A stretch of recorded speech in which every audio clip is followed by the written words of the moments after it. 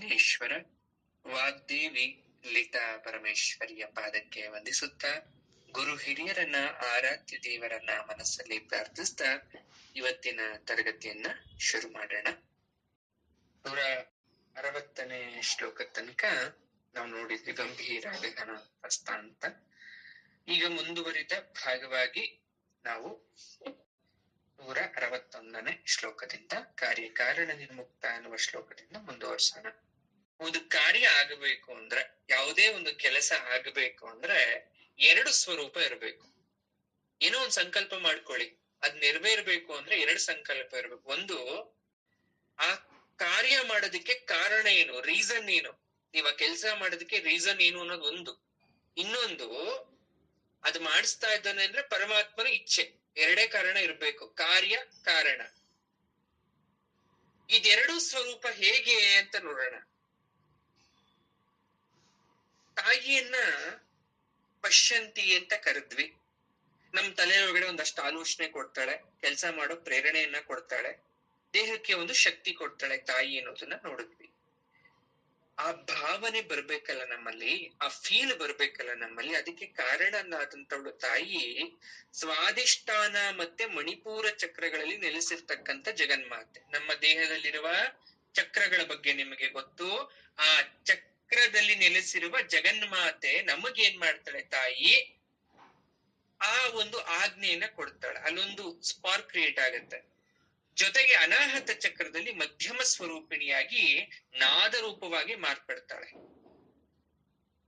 ಕಂಠಸ್ಥಾನದಲ್ಲಿ ಅಂದ್ರೆ ವಿಶುದ್ಧಿ ಚಕ್ರದಲ್ಲಿ ತಾಯಿ ವೈಖರಿ ರೂಪವಾಗಿ ಅದು ಮಾತಾಗ ಹೊರಗಡೆ ಬರುತ್ತೆ. ತುಂಬಾ ಸಿಂಪಲ್ ಆಗಿ ಅರ್ಥ ಮಾಡಿಸ್ಬಿಡ್ತೀನಿ ನೋಡಿ. ನಮ್ಮ ದೇಹದಲ್ಲಿರ್ತಕ್ಕಂಥ ಸ್ವಾದಿಷ್ಠಾನ, ಮಣಿಪೂರ, ಅನಾಹತ, ಹೃದಯ ಭಾಗ, ಅಲ್ಲಿಂದ ವಿಶುದ್ಧಿ ಚಕ್ರಕ್ಕೆ ಬರುತ್ತೆ ಗಂಟ್ಲಿಂದ ಮಾತಾಗ ಹೊರಗಡೆ ಬರುತ್ತೆ. ಇದರ್ಥ ನಾವೇನೇ ಒಂದ್ ಕಾರ್ಯ ಮಾಡ್ತಾ ಇದ್ರು ಕೂಡ ಅದು ಒಳ್ಳೆ ಕಾರ್ಯ ಆಗಿದ್ರೆ, ನಮ್ಮ ಕಾರ್ಯದಿಂದ ಒಳ್ಳೆ ಉದ್ದೇಶ ಇದ್ರೆ, ಸಂಕಲ್ಪ ಸರಿ ಇದ್ರೆ ತಾಯಿ ಅದನ್ನ ನೆರವೇರಿಸ್ತಾಳೆ. ಜಗನ್ಮಾತೆ ಅದನ್ನ ನೋಡ್ಕೊಂತಾಳೆ. ಯಾಕಂದ್ರೆ ಆ ಕಾರಣ ಮತ್ತೆ ಕಾರ್ಯದ ಮಧ್ಯೆ ಭೇದ ಇಲ್ಲ. ಸುಷುಮ್ನದಲ್ಲಿ ಒಂದೇ ಶ್ವಾಸ ಇರೋದು, ಆದ್ರೆ ಚಕ್ರಕ್ಕೆ ಹೋಗಿದ ತಕ್ಷಣ ಬದಲಾವಣೆ ಆಗತ್ತೆ. ಅಂದ್ರೆ ನಾವು ತಗೊಳೋ ಉಸಿರು ಒಂದೇ ದೇಹದೊಳಗಡೆ, ಆದ್ರೆ ದೇಹದೊಳಗಡೆ ಹೋದ್ಮೇಲೆ ಅದು ಡಿವೈಡ್ ಆಗತ್ತೆ. ಒಂದೊಂದು ಚಕ್ರಕ್ಕೆ ಹೋದಾಗ ಒಂದೊಂದು ರೀತಿ ಅದು ವರ್ಕ್ ಆಗತ್ತೆ ಅನ್ನೋದನ್ನ ನೋಡ್ಬೇಕು. ಸರಿ, ಎಕ್ಸಾಂಪಲ್ ನಿಮ್ಗೊಂದು ಕೊಡ್ತೀನಿ. ವೀಣೆ ತಗೊಂಡು ನಾನು ನುಡಿಸ್ಬೇಕು. ಈಗ ವೀಣೆನ ತೊಡೆ ಮೇಲೆ ಇಟ್ಕೊಂತೀನಿ, ನಾನು ಕೂತ್ಕೊಂತೀನಿ ಕೆಳಗಡೆ, ವೀಣೆನ ಇಟ್ಕೊಂತೀನಿ.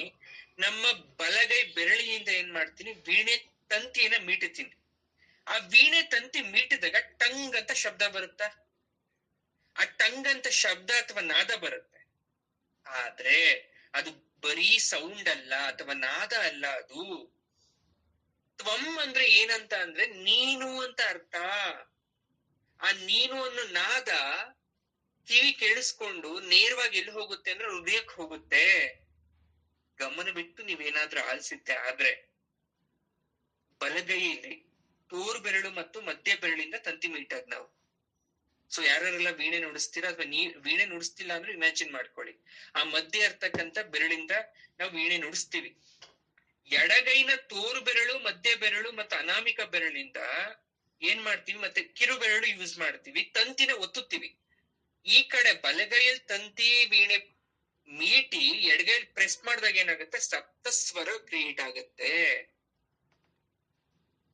ಯಾಕೆ ಎಕ್ಸಾಂಪಲ್ ಕೊಟ್ಟೆ ಗೊತ್ತಾ ನಿಮ್ಗೆ? ಯಾಕೆ ಈ ಉದಾಹರಣೆ ಕೊಟ್ಟೆ ಗೊತ್ತಾ? ನಾನು ನಾದವಿಲ್ಲದ ಸ್ವರೂಪ ಅಥವಾ ಸ್ವರಗಳಿಲ್ಲದ ನಾದ ಎರಡು ಹೇಗಿಲ್ವೋ, ನಮ್ಮ ಬೆರಳು ಮೂಲಕ ಯಾವ ತರ ನಾವು ವೀಣೆ ನುಡಿಸ್ತಾ ಇದ್ದೀವಿ, ಬೆರಳು ನಿಲ್ಸಿದ ತಕ್ಷಣ ಯಾವ ತರ ಶಬ್ದ ಸ್ಟಾಪ್ ಆಗ್ಬಿಡುತ್ತೋ, ವೀಣೆಯಿಂದ ನಾದಸ್ವರ ಹೊರಗಡೆ ಬರಲ್ವೋ, ಒಂದು ತಂತಿ ಮೀಟಿ ಕೂಡ್ಲೆ ಎರಡನೇ ಕೈ ಬೆರಳು ಕೂಡ ಮುಂದಕ್ಕೆ ಹೋಗ್ಬೇಕು ಅಂತ ಹೇಗ್ ಗೊತ್ತಾಗುತ್ತೆ ನಮ್ಗೆ? ಎರಡೂ ಕೈಲಿ ಒಂದೇ ಸಲ ಆಕ್ಷನ್ ಮಾಡ್ಬೇಕು. ಬಲಗೈಲಿ ಮಾಡಿ ಎಡಗೈ ನಿಲ್ಸ್ಬಿಟ್ರು, ಎಡಗೈಲಿ ಮಾಡಿ ಬಲಗೈ ನಿಲ್ಸ್ಬಿಟ್ರು ವೀಣೆ ನುಡ್ಸಕ್ ಆಗಲ್ಲ. ಯಾವ ರೀತಿ ಎರಡೂ ಕೂಡ ಮಾತಾಡ್ಕೊಳ್ದೇನೆ ಕೆಲಸ ಮಾಡ್ತಾ ಇದ್ದಾವ ಎರಡೂ ಕೈಗಳು, ಎರಡಕ್ಕೂ ಯಾವ ತರ ಭೇದ ಇಲ್ವೋ ಅದೇ ತರ ನಮ್ಮಲ್ಲೂ ಕೂಡ ಭೇದ ಇಲ್ಲ. ನಾವು ಮಾಡ್ತಾ ಇರೋ ಕರ್ಮಗಳಿಗೂ ಕೂಡ ಭೇದ ಇಲ್ಲ. ತ್ವಂ ಅಂದ್ರೆ ನೀನು ಅಥವಾ ನಾನು ಅಂತ ಅರ್ಥ ಆಗತ್ತೆ. ಐದರ್ ಯು ಆರ್ ಮೀ, ನೀನಾದ್ರೂ ಆಗಿರ್ಬೋದು, ನಾನಾದ್ರೂ ಆಗಿರ್ಬೋದು. ಎರಡು ಒಂದ್ರಲ್ಲೊಂದು ಬೆರೆತು ಗಾನವಾಗಿ ಹೊರಗಡೆ ಬರುತ್ತೆ. ಅದೇ ತರ ಜಗತ್ತಿಗೂ ಸರ್ವ ಜಗತ್ತಿಗೂ ಕಾರಣಲಾದಂತವಳು ಆ ಜಗನ್ಮಾತೆ, ಕಾರ್ಯವೇ ಜಗತ್ತಾಗಿದೆ. ಹಾಗಾಗಿ ಭೇದ ಇಲ್ಲ ಅಂತ ಹೇಳ್ತಾ ಇದ್ದಾರೆ ಇಲ್ಲಿ, ಭೇದ ಇಲ್ಲ ಅಂತ ಹೇಳ್ತಾರೆ. ಕಾಮಕೇಲಿತ ರಂಗಿತ ಅಂತ ಕೂಡ ಕರೀತಾರೆ. ಒಂದು ನಿಶ್ಚಲವಾಗಿರೋ ನೀರೊಳಗಡೆ ಒಂದು ಕಲ್ಲನ್ನ ಎಸೆದ್ರೆ ನೀರ್ ಮೇಲೆ ಯಾವ ತರ ತರಂಗ ಮೂಡುತ್ತೋ, ಅಲೆ ಮೂಡುತ್ತೋ, ಅದೇ ತರ ಅದೇ ಕಲ್ಲನ್ನ ನಾವು ಓರೆಯಾಗಿ ಎಸ್ದಾಗ ಅದು ಮೂರು ಮೂರು ತರಂಗಗಳಾಗಿ ಮುಂದೆ ಹೋಗುತ್ತೋ, ಅದೇ ತಾಯಿಯನ್ನ ಯಾಕೆ ಇಲ್ಲಿ ಕಾಮಕೇಲಿತ ರಂಗಿತ ಅಂತ ಕರೆದಿರೋದು ಅಂದ್ರೆ, ಕಾಮೇಶ್ವರನ ಪ್ರಕಾಶ ರೂಪವಾದಂತಹ ತಾಯಿ ಕಾಮೇಶ್ವರಿಯಾಗಿ ನರ್ತನವನ್ನ ಮಾಡ್ತಾ ಮಹಾ ಅದ್ಭುತ ಕ್ರೀಡೆಯಾಗಿ ಅದನ್ನ ನಿರೂಪಿಸಿದ್ದಾಳೆ. ಆ ನರ್ತನವನ್ನ ನಾವು ಕಲಿತಾ ಇದ್ದೀವಿ ಅಂತ ಅರ್ಥ. ಈಗ ನಟರಾಜನನ್ನ ಭರತನಾಟ್ಯ ಕಲಿಯವರು ನಟರಾಜನ ದೇವರು ಅಂತ ಇಟ್ಕೊಂಡು ನೃತ್ಯ ಮಾಡ್ತಾರೆ. ಆ ನಟರಾಜನಷ್ಟೇ ನೃತ್ಯ ಪ್ರವೀಣೆ ಆಗಿರ್ತಕ್ಕಂಥವಳು ಜಗನ್ಮಾತೆ. ಅವಳು ಕೂಡ ಕಾಮನ ಜೊತೆ ಕೇಲಿತವಾಗಿ ರಂಗಿತವಾಗಿ ನೃತ್ಯವನ್ನ ಪ್ರದರ್ಶನವನ್ನ ಮಾಡ್ತಾಳೆ ತಾಯಿ. ಕನಕ ತಾಟಂಕ ಅಂದ್ರೆ ಜಗನ್ಮಾತೆ ಧರಿಸಿರುವ ಹೊಂಬಣದ ಬೆಳಕು ಚೆಲ್ತಕ್ಕಂತ ಒಂದು ಕಿರೀಟ, ತಾಯಿ ತಲೆ ಮೇಲೆ ಇರ್ತಕ್ಕಂಥ ಕಿರೀಟ ಅದು. ಕಿವಿಗೆ ಓಲೆ, ಮೂಗಿಗೆ ಮೂಗುಬಟ್ಟು, ಹಣೆ ಮೇಲೆ ಕುಂಕುಮ, ಕತ್ತಲ್ಲಿ ಮಾಂಗಲ್ಯ, ಕೈಗೆ ಗಾಜಿನ ಬಳೆ, ಕಾಲಲ್ಲಿ ಕಾಲುಂಗುರ, ಇದೆಲ್ಲ ಸ್ತ್ರೀಯರಿಗೆ ಮುತ್ತೈದೆಗೆ ಅಲಂಕಾರವಾಗಿರ್ತಕ್ಕಂಥ ಆಭರಣ. ಅದೂ ಕೂಡ ತಾಯಿ ಧರಿಸಿದ್ದಾಳೆ. ಯಾಕಂದ್ರೆ ತನ್ನ ಪತಿಯ ಆಯುಷ್ಯ ಹೆಚ್ಚಲಿ ಅಥವಾ ತನ್ನ ಪತಿಗೆ ಎಲ್ಲಾ ಕರೆದಲ್ಲೂ ವಿಜಯ ಆಗ್ಲಿ ಅನ್ನೋ ಕಾರಣದಿಂದ ಬಂಗಾರಕ್ಕೆ ಬಣ್ಣ ತರ್ತಕ್ಕಂಥದ್ದು, ಅದು ನಮ್ಮ ಮೈ ಮೇಲೆ ಹಾಕಿದಾಗ ಆ ದೇವಿ ಕಿವಿ ಚಿನ್ನದ ಕಿವಿಗಳು ಇದ್ರೂ ಕೂಡ ಆಕೆ ತಾಟಂಕ ಅಂದ್ರೆ ಚಿನ್ನದೇ ಆಗಿದ್ರು ಕೂಡ ತಾಯಿ ಚಿನ್ನದಷ್ಟು ಬೆಲೆ ಬಾಳದ್ರು ಕೂಡ ಚಿನ್ನವನ್ನ ತಾಯಿ ಧರಿಸಿದ್ದಾಳೆ. ಅಂದ್ರೆ ಅದರ್ಥ ತಾಯಿಗೆ ಚಿನ್ನದ ಮೇಲೆ ವ್ಯಾಮೋಹ ಇದೆ ಅಂತಲ್ಲ. ತಾಯಿ ಯಾಕೆ ಹಾಕಿದ್ದಾಳೆ ಓಲೆನ ಅಂದ್ರೆ, ಆಕೆ ಒಂದು ವಶಿನ್ಯಾದಿ ವಾಗ್ದೇವತೆಗಳು ಹೇಳ್ತಾರೆ, ಕನಕ ತಾಟಂಕ ಅಂದ್ರೆ ಆ ಕಿವಿಗಳಿನ ಓಲೆಯನ್ನ ಮುಟ್ಟಿ ಆಡುವ ಶಿಶುಗಳಂತೆ ಮಾರ್ಪಟ್ಟು ಈ ನಾಮವನ್ನ ಹೇಳಿದ್ದಾರೆ. ಮಕ್ಕಳನ್ನ ನೀವು ತೊಡೆ ಮೇಲೆ ಮಲಗಿಸ್ಕೊಂಡಿರ್ತೀರಾ, ಹಾಲು ಕುಡಿಸ್ಬೇಕಾದ್ರೆ ಸಮಾಧಾನ ಮಾಡ್ಬೇಕಾದ್ರೆ ಮಕ್ಳು ಕೈಯಲ್ಲಿ ನಿಮ್ಮ ತಾಳಿಯನ್ನ ಇಟ್ಕೊಂತಾರೆ ಅಲ್ವಾ, ತಾಳಿಯನ್ನ ಇಟ್ಕೊಂಡು ಅದನ್ನ ಬಾಯಲ್ಲಿ ಇಟ್ಕೊಂತಾರೆ. ಹೆಗ್ಲ ಮೇಲೆ ಏನಾದ್ರೂ ಹಾಕೊಂಡಾಗ ಕಿವಿ ಓಲೆಯನ್ನ ಮುಟ್ಟಿ ಮಕ್ಕಳು ಆಡ್ತಾರಂತೆ. ಹಾಗಾಗಿ ತಾಯಿ ಸ್ಕಂದನನ್ನೋ ಗಣೇಶನನ್ನೋ ಹೆಗಲ ಮೇಲೆ ಹಾಕೊಂಡಾಗ ಇಲ್ಲಿ ವಶಿನ್ಯಾದಿ ವಾಗ್ದೇವತೆಗಳು ಹೇಳ್ತಕ್ಕಂಥ ಸ್ವಾರಸ್ಯ, ಆ ಕಿವಿ ಓಲೆಯನ್ನ ಮುಟ್ಟಿ ಮಕ್ಕಳು ಆಡ್ತಾರೆ, ಆ ಮಕ್ಕಳು ಖುಷಿ ಆಗುತ್ತೆ ಅನ್ನೋ ಕಾರಣದಿಂದ ಏನಾದ್ರೂ ಹಾಕೊಂಡಿರ್ಬೋದಾ ಅಂತ ಹೇಳ್ತಾ ಇದ್ದಾರೆ ಇಲ್ಲಿ. ಅರ್ಥ ಆಗ್ತಾ ಇದೆ ನಿಮ್ಗೆ? ಓಲೆ ಅಂತಕ್ಕಂಥದ್ದು ಆಭರಣಗ ಅಥವಾ ಸ್ತ್ರೀ ಭೂಷಣ ಕೂಡ ಆಗಿದ್ರು ಕೂಡ ಈ ರೀತಿಯಿಂದನೂ ಕೂಡ ನಾವು ನೋಡ್ಬೋದು. ಒಂದು ಎಕ್ಸಾಂಪಲ್, ನಮ್ಗೆ ಯಾರಿಗೂ ಹಸ್ವಾಗಲ್ಲ ಅಂತ ಅನ್ಕೋಣ, ಹೊಟ್ಟೆ ಹಸ್ವೆ ಆಗಲ್ಲ, ಹಾಗಾದ್ರೆ ಅಡಿಗೆ ಯಾಕೆ ಬೇಕು? ಅಡಿಗೆ ಕಾರ್ಯನೇ ಇರೋದಿಲ್ವಲ್ಲ. ಇದೇ ತರ ದೇವಿಗೆ ಯಾವುದೇ ಅವಶ್ಯಕತೆ ಇಲ್ಲ, ದೇವಿಗೆ ಹಸ್ವಾಗಲ್ಲ, ಆಕೆಗೇನು ಮನೆ ಮಠ ಅಥವಾ ಏನು ಬೇಕು ಅಂತ ಏನಿಲ್ಲ. ಬಟ್ ಆದ್ರೂನು ಯಾವಾಗ್ಲೂ ಸದಾ ಕಾರ್ಯ ಯಾಕೆ ಮಾಡ್ತಾ ಇರ್ತಾಳೆ ತಾಯಿ ಅಂದ್ರೆ, ಜಗತ್ತಿನ ಮುಂದುವರಿಕೆಗೆ, ಜಗತ್ತನ್ನ ರಕ್ಷಣೆ ಮಾಡಕ್ಕೆ.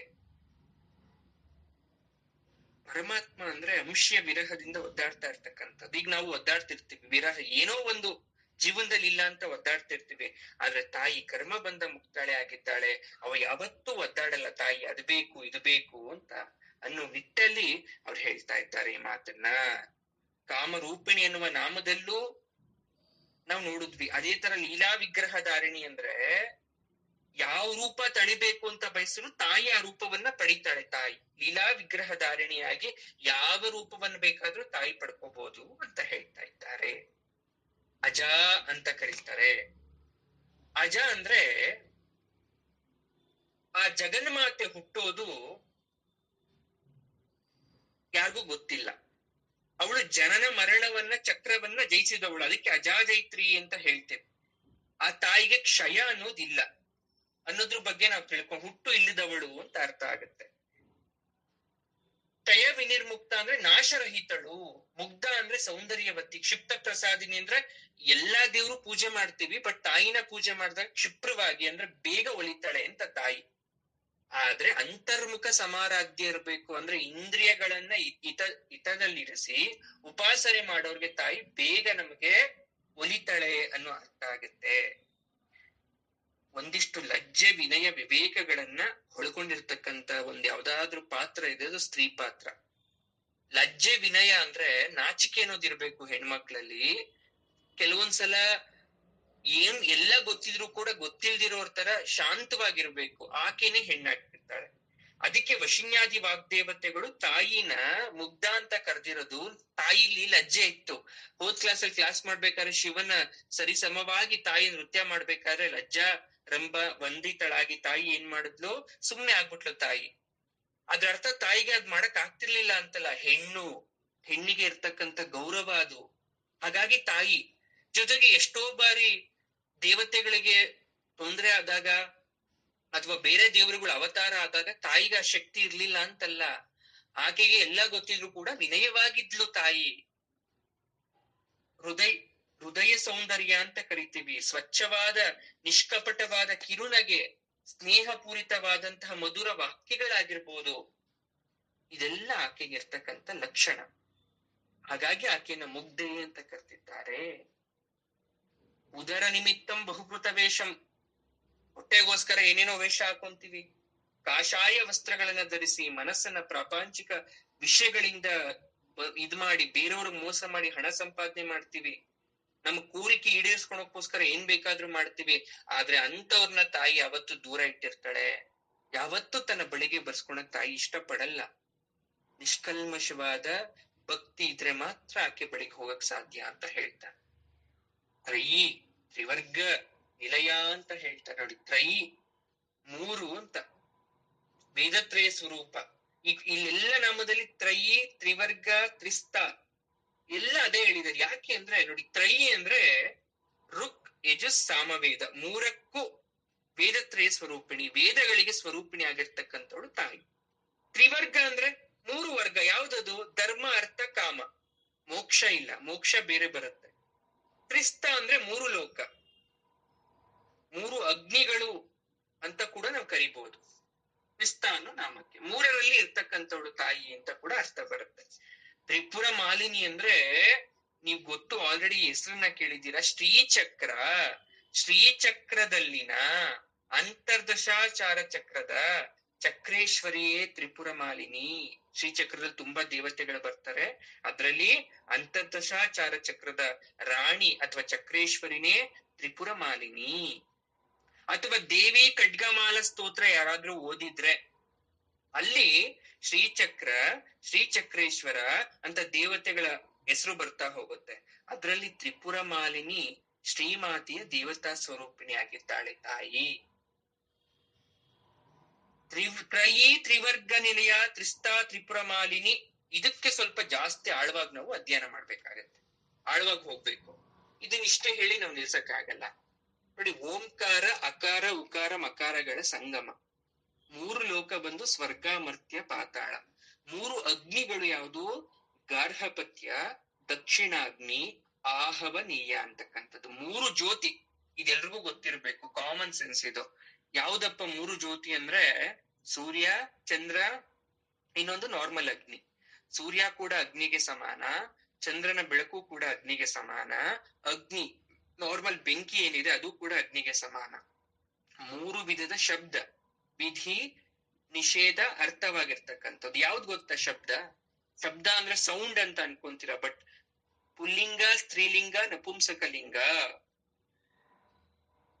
ಮೂರು ಅವಸ್ಥೆಗಳ ಬಗ್ಗೆ ನಿಮ್ಗೆ ಗೊತ್ತು. ಕೌಮಾರ್ಯ, ಯೌವನ, ವೃದ್ಧಾಪ್ಯ. ಮೂರು ಪಿತೃಗಳ ಬಗ್ಗೆ ಗೊತ್ತು. ವಸು, ರುದ್ರ, ಆದಿತ್ಯ. ಮೂರು ಮಾತ್ರೆಗಳ ಬಗ್ಗೆ ರಸ್ವಸ್ವರ, ದೀರ್ಘಸ್ವರ, ಪ್ಲುತಸ್ವರ. ಇಲ್ಲಿ ಯಾಕೆ ಇದನ್ನೆಲ್ಲ ನಿಮ್ಗೆ ಇನ್ಫಾರ್ಮೇಶನ್ ಮೊದ್ಲೇ ಕೊಡ್ತಾ ಇದ್ದೀನಿ ಅಂದ್ರೆ, ಇಲ್ಲಿ ತ್ರಯಿ ಅಂತ ದೇವಿನ ಕರೆದಿದ್ದಾರೆ. ಯಾವ್ಯಾವುದು ಅಂತ ನಾನು ಈಗ ನಿಮ್ಗೆ ಹೇಳ್ತಾ ಹೋಗ್ತೀನಿ. ನೋಡಿ, ಮೂರು ರೂಪಗಳು ಶ್ರೀಮಾತೆ. ವೇದಗಳ ಬಗ್ಗೆ ನಮ್ಗೆ ಗೊತ್ತಾಯ್ತು. ಇಚ್ಛಾಶಕ್ತಿ, ಜ್ಞಾನಶಕ್ತಿ, ಕ್ರಿಯಾಶಕ್ತಿ ಅಂತಕ್ಕಂಥದ್ದು ಗೊತ್ತಾಯ್ತು. ವಾಗ್ಭವ ಕೂಟ, ಮಧ್ಯಕೂಟ, ಶಕ್ತಿಕೂಟ, ಅಮ್ಮನವರ ಮಂತ್ರ ಶರೀರ ಕೂಟ. ಅದಕ್ಕೆ ನೋಡಿ ಲಲಿತಾ ಸಹಸ್ರನಾಮದಲ್ಲಿ ನೀವು ನ್ಯಾಸ ಹೇಳ್ಬೇಕಾದ್ರೂ ಕೂಡ ಅಸ್ಯ ಶ್ರೀ ಲಲಿತಾ ಸಹಸ್ರನಾಮ ಸ್ತೋತ್ರಮಾಲ ಮಹಾಮಂತ್ರಸ್ಯ ಅದ್ ಹೇಳ್ಕೊಂಡು ಹೋಗ್ಬೇಕಾದ್ರೆ ಇವು ಬರ್ತವೆ, ವಾಗ್ಭವಕೂಟ, ಮಧ್ಯಕೂಟ, ಶಕ್ತಿಕೂಟ ಬರುತ್ತೆ. ಅದನ್ನ ಹೇಳ್ಕೊಂಡಿರ್ತೀರ, ಅದೇನು ಅಂತ ಈಗ ಅರ್ಥ ಮಾಡ್ಕೊಳ್ಳಿ.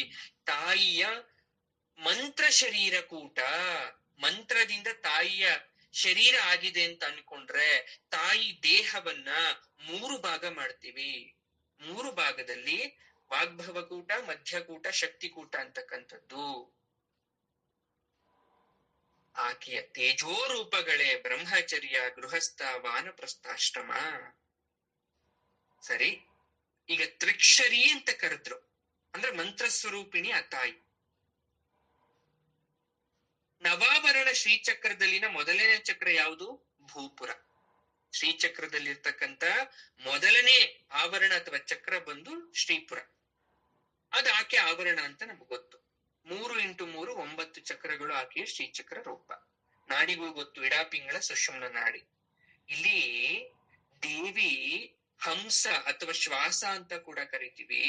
ಆ ಶರೀರಧಾರಿಗಳೆಲ್ಲರೂ ಕೂಡ ಅವಲಂಬವಾಗಿರ್ತಕ್ಕಂಥ ಪ್ರಾಣನಾಡಿ ಅದು. ಅದಕ್ಕೆ ಇಲ್ಲಿ ಆಕೆಯಿಂದ ತ್ರಿಕ್ಷರಿ ಅಂತ. ಇಡಾಪಿಂಗಳ ಸುಷುಮ್ನ 3 ಆಯ್ತಲ್ಲ, ಈ 3 ನಾಡಿಗಳಲ್ಲಿ, ಮಾನವನ ದೇಹದಲ್ಲಿರ್ತಕ್ಕಂಥ ನಾಡಿಗಳಲ್ಲಿ ತಾಯಿ ಹಂಸ ರೂಪಿಣಿಯಾಗಿರ್ತಾಳೆ. ಶ್ವಾಸ ರೂಪದಲ್ಲಿ ಅಂದ್ರೆ ಗಾಳಿ ರೂಪದಲ್ಲಿ, ತಾಯಿ ಪ್ರಾಣವಾಯುವಿನ ರೂಪದಲ್ಲಿ ತಾಯಿ ಇರ್ತಾಳೆ. ಹಾಗಾಗಿ ಆಕೆಗೆ ತ್ರಿಕ್ಷರಿ ಅಂತ ಕರೆದಿದ್ದಾರೆ. ಜೊತೆಗೆ ಓಂಕಾರವನ್ನ ಹೇಳಬೇಕಾದ್ರೆ ಅಲ್ಲಿ ಅಕಾರ, ಉಕಾರ, ಮಕಾರಗಳ ಸ್ವರೂಪವಾಗಿ ಶಿವಶಕ್ತಿಯ ರೂಪದಲ್ಲಿ ತಾಯಿ ಇರ್ತಾಳೆ. ಶಿವನ್ಗೂ ಓಂಕಾರ ಹೇಳ್ತೀವಿ, ವಿಷ್ಣುಗೂ ಓಂಕಾರ ಹೇಳ್ತೀವಿ, ಎಲ್ಲ ದೇವರಿಗೂ ಓಂಕಾರವನ್ನ ಸಮರ್ಪಣೆ ಮಾಡ್ತೀವಿ. ಯಾಕಂದ್ರೆ ಓಂಕಾರ ಅಂತಕ್ಕಂಥದ್ದು ನಿರಾಭಾದ, ಅದು ಎಲ್ಲರಿಗೂ ಸೇರ್ತಕ್ಕಂಥದ್ದು, ಈವನ್ ನಮಗೂ ಕೂಡ. ತ್ರಿಕೋಣ ಮಧ್ಯ ಬಿಂದು ಸ್ವರೂಪಿಣಿಯಾದಂತಹ ಜಗನ್ಮಾತೆ ಉದಯ, ಮಧ್ಯಾಹ್ನ, ಸಾಯಂಕಾಲಗಳ ಅಥವಾ ಸಂಧ್ಯಾಕಾಲಗಳ ಸ್ವರೂಪಿಣಿ. ಬೆಳಗ್ಗೆನೂ ತಾಯಿ ಸಂಚಾರ ಇರುತ್ತೆ, ಮಧ್ಯಾಹ್ನ ತಾಯಿ ಸಂಚಾರ ಇರುತ್ತೆ, ರಾತ್ರಿ ತಾಯಿ ಸಂಚಾರ ಇರುತ್ತೆ. ಈಗ ನೀವ್ ಇಮ್ಯಾಜಿನ್ ಮಾಡ್ಕೊಳ್ಳಿ, ನಾವು ನಿತ್ಯ ಷೋಡಶ ತಿಥಿ ದೇವತೆಗಳ ಬಗ್ಗೆ ಹೇಳಿದ್ದೆ. ಕೃಷ್ಣ ಪಕ್ಷದಲ್ಲಿ ಒಬ್ಬೊಬ್ರು ದೇವತೆ ಬರ್ತಾರೆ, ಶುಕ್ಲ ಪಕ್ಷದಲ್ಲಿ ಒಬ್ಬೊಬ್ರು ದೇವತೆ ಬರ್ತಾರೆ, ಹಗ್ಲಿಗೊಂದು ದೇವತೆ ಇರ್ತಾರೆ, ರಾತ್ರಿಗೊಂದು ದೇವತೆಗಳಿರ್ತಾರೆ. ತುಂಬಾ ಸಲ ಅನ್ಕೊಂತೀರ, ಯಾಕೆ ಒಳ್ಳೆ ದಿನ ಕೆಟ್ಟ ದಿನ ಅನ್ನೋದಿದೆ, ಯಾಕೆ ಈ ಕಾರ್ಯವನ್ನ ಅಮಾವಾಸ್ಯ ದಿನ ಮಾಡಬಾರ್ದು, ಯಾಕೆ ಈ ಕಾರ್ಯವನ್ನ ಕೃಷ್ಣ ಪಕ್ಷದ ಅಷ್ಟಮಿ ದಿನ ಅಥವಾ ಇನ್ನೂ ಕೆಲವೊಂದಷ್ಟು ದಿನ ಯಾಕೆ ಮಾಡಬಾರ್ದು, ಶನಿವಾರ ಯಾಕೆ ಕೆಲ್ಸಗಳು ಮಾಡಬಾರ್ದು? ಇದೆಲ್ಲ ಉತ್ತರ ಆ ತಿಥಿ ದೇವತೆಗಳ ಸಂಚಾರ ಕಾಲ ಅಥವಾ ಅವ್ರಿಗಿರ್ತಕ್ಕಂಥ ಶಕ್ತಿ. ಹಾಗೆ ನದಿತ್ರಯದಲ್ಲೂ ಕೂಡ ತಾಯಿ ತ್ರಿಕ್ಷರಿ ಆಗ್ತಾಳೆ. ಗಂಗಾ, ಯಮುನಾ, ಸರಸ್ವತಿ ರೂಪದಲ್ಲಿ ತಾಯಿ ಹರಿತಾಳೆ. ಪಿತೃತ್ರಯ, ಪ್ರತಿಯೊಬ್ಬ ವ್ಯಕ್ತಿಗೆ 3 ತಲೆಮಾರು ದೋಷ ಬರುತ್ತೆ. ಯಾವ ತಲೆಮಾರು? ನಿಮ್ಮ ತಂದೆಯಿಂದ, ನಿಮ್ಮ ತಾತನಿಂದ, ನಿಮ್ಮ ಮುತ್ತಾತನಿಂದ. ಇದನ್ನ ನಾವೇನಂತ ಕರಿತೀವಿ ಅಂದ್ರೆ ಪಿತೃತ್ರಯ ಅಂತ ಕರಿತೀವಿ. ಗಂಡ್ ಮಕ್ಳಿಗೆ ಜಾಸ್ತಿ ದೋಷ, ಹೆಣ್ಮಕ್ಳಿಗೆ ಏನ್ ದೋಷ ಬರಲ್ಲ, 50%.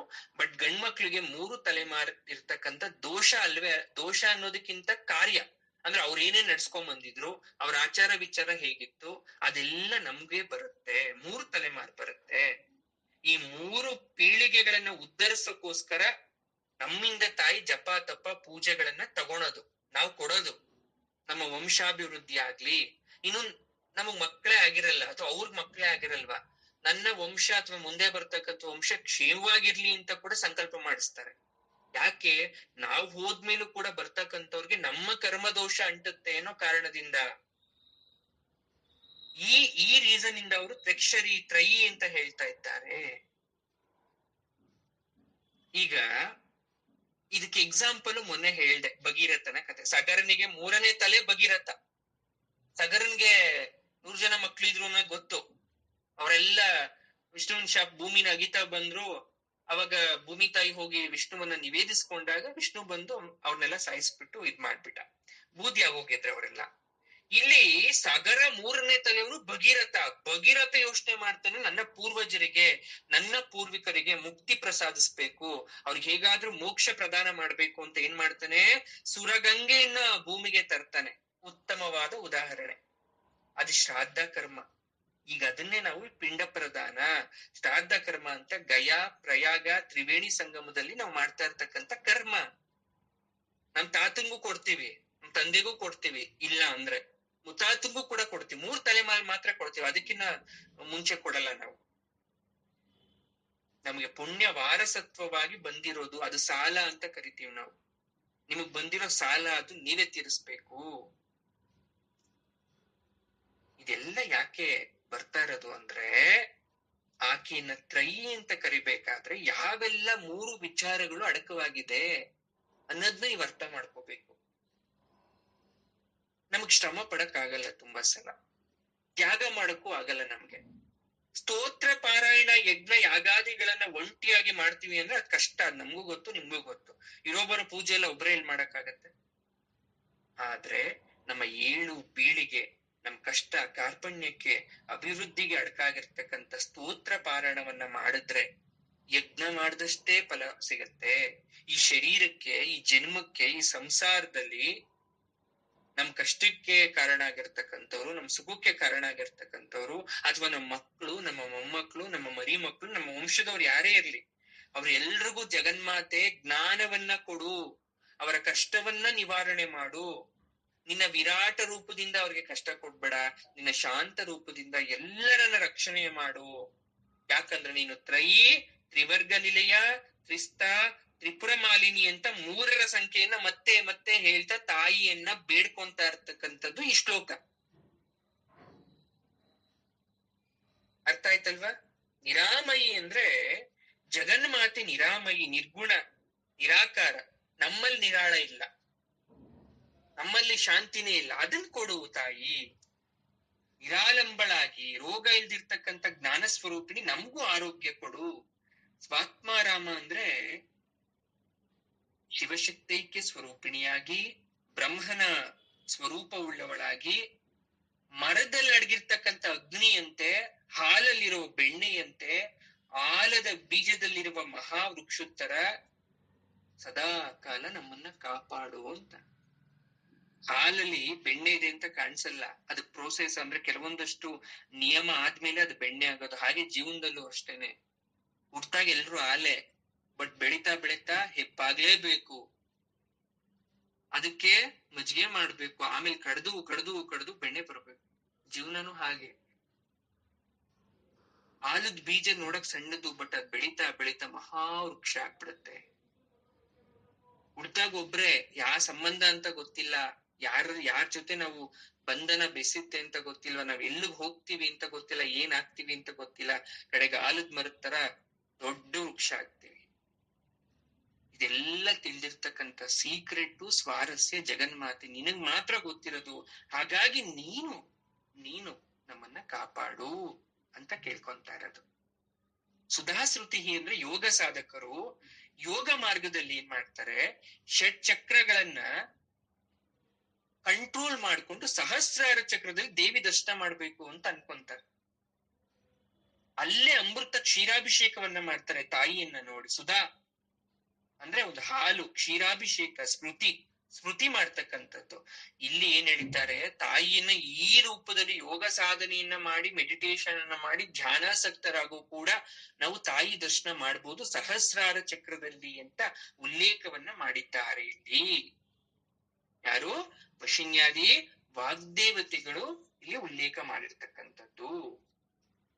ಮುಂದೆ ಆಕೆನ ನಾವು ಸಂಸಾರ ಪಂಕ ನಿರ್ಮಗ್ನ ಅಂತ ಕರಿತೀವಿ.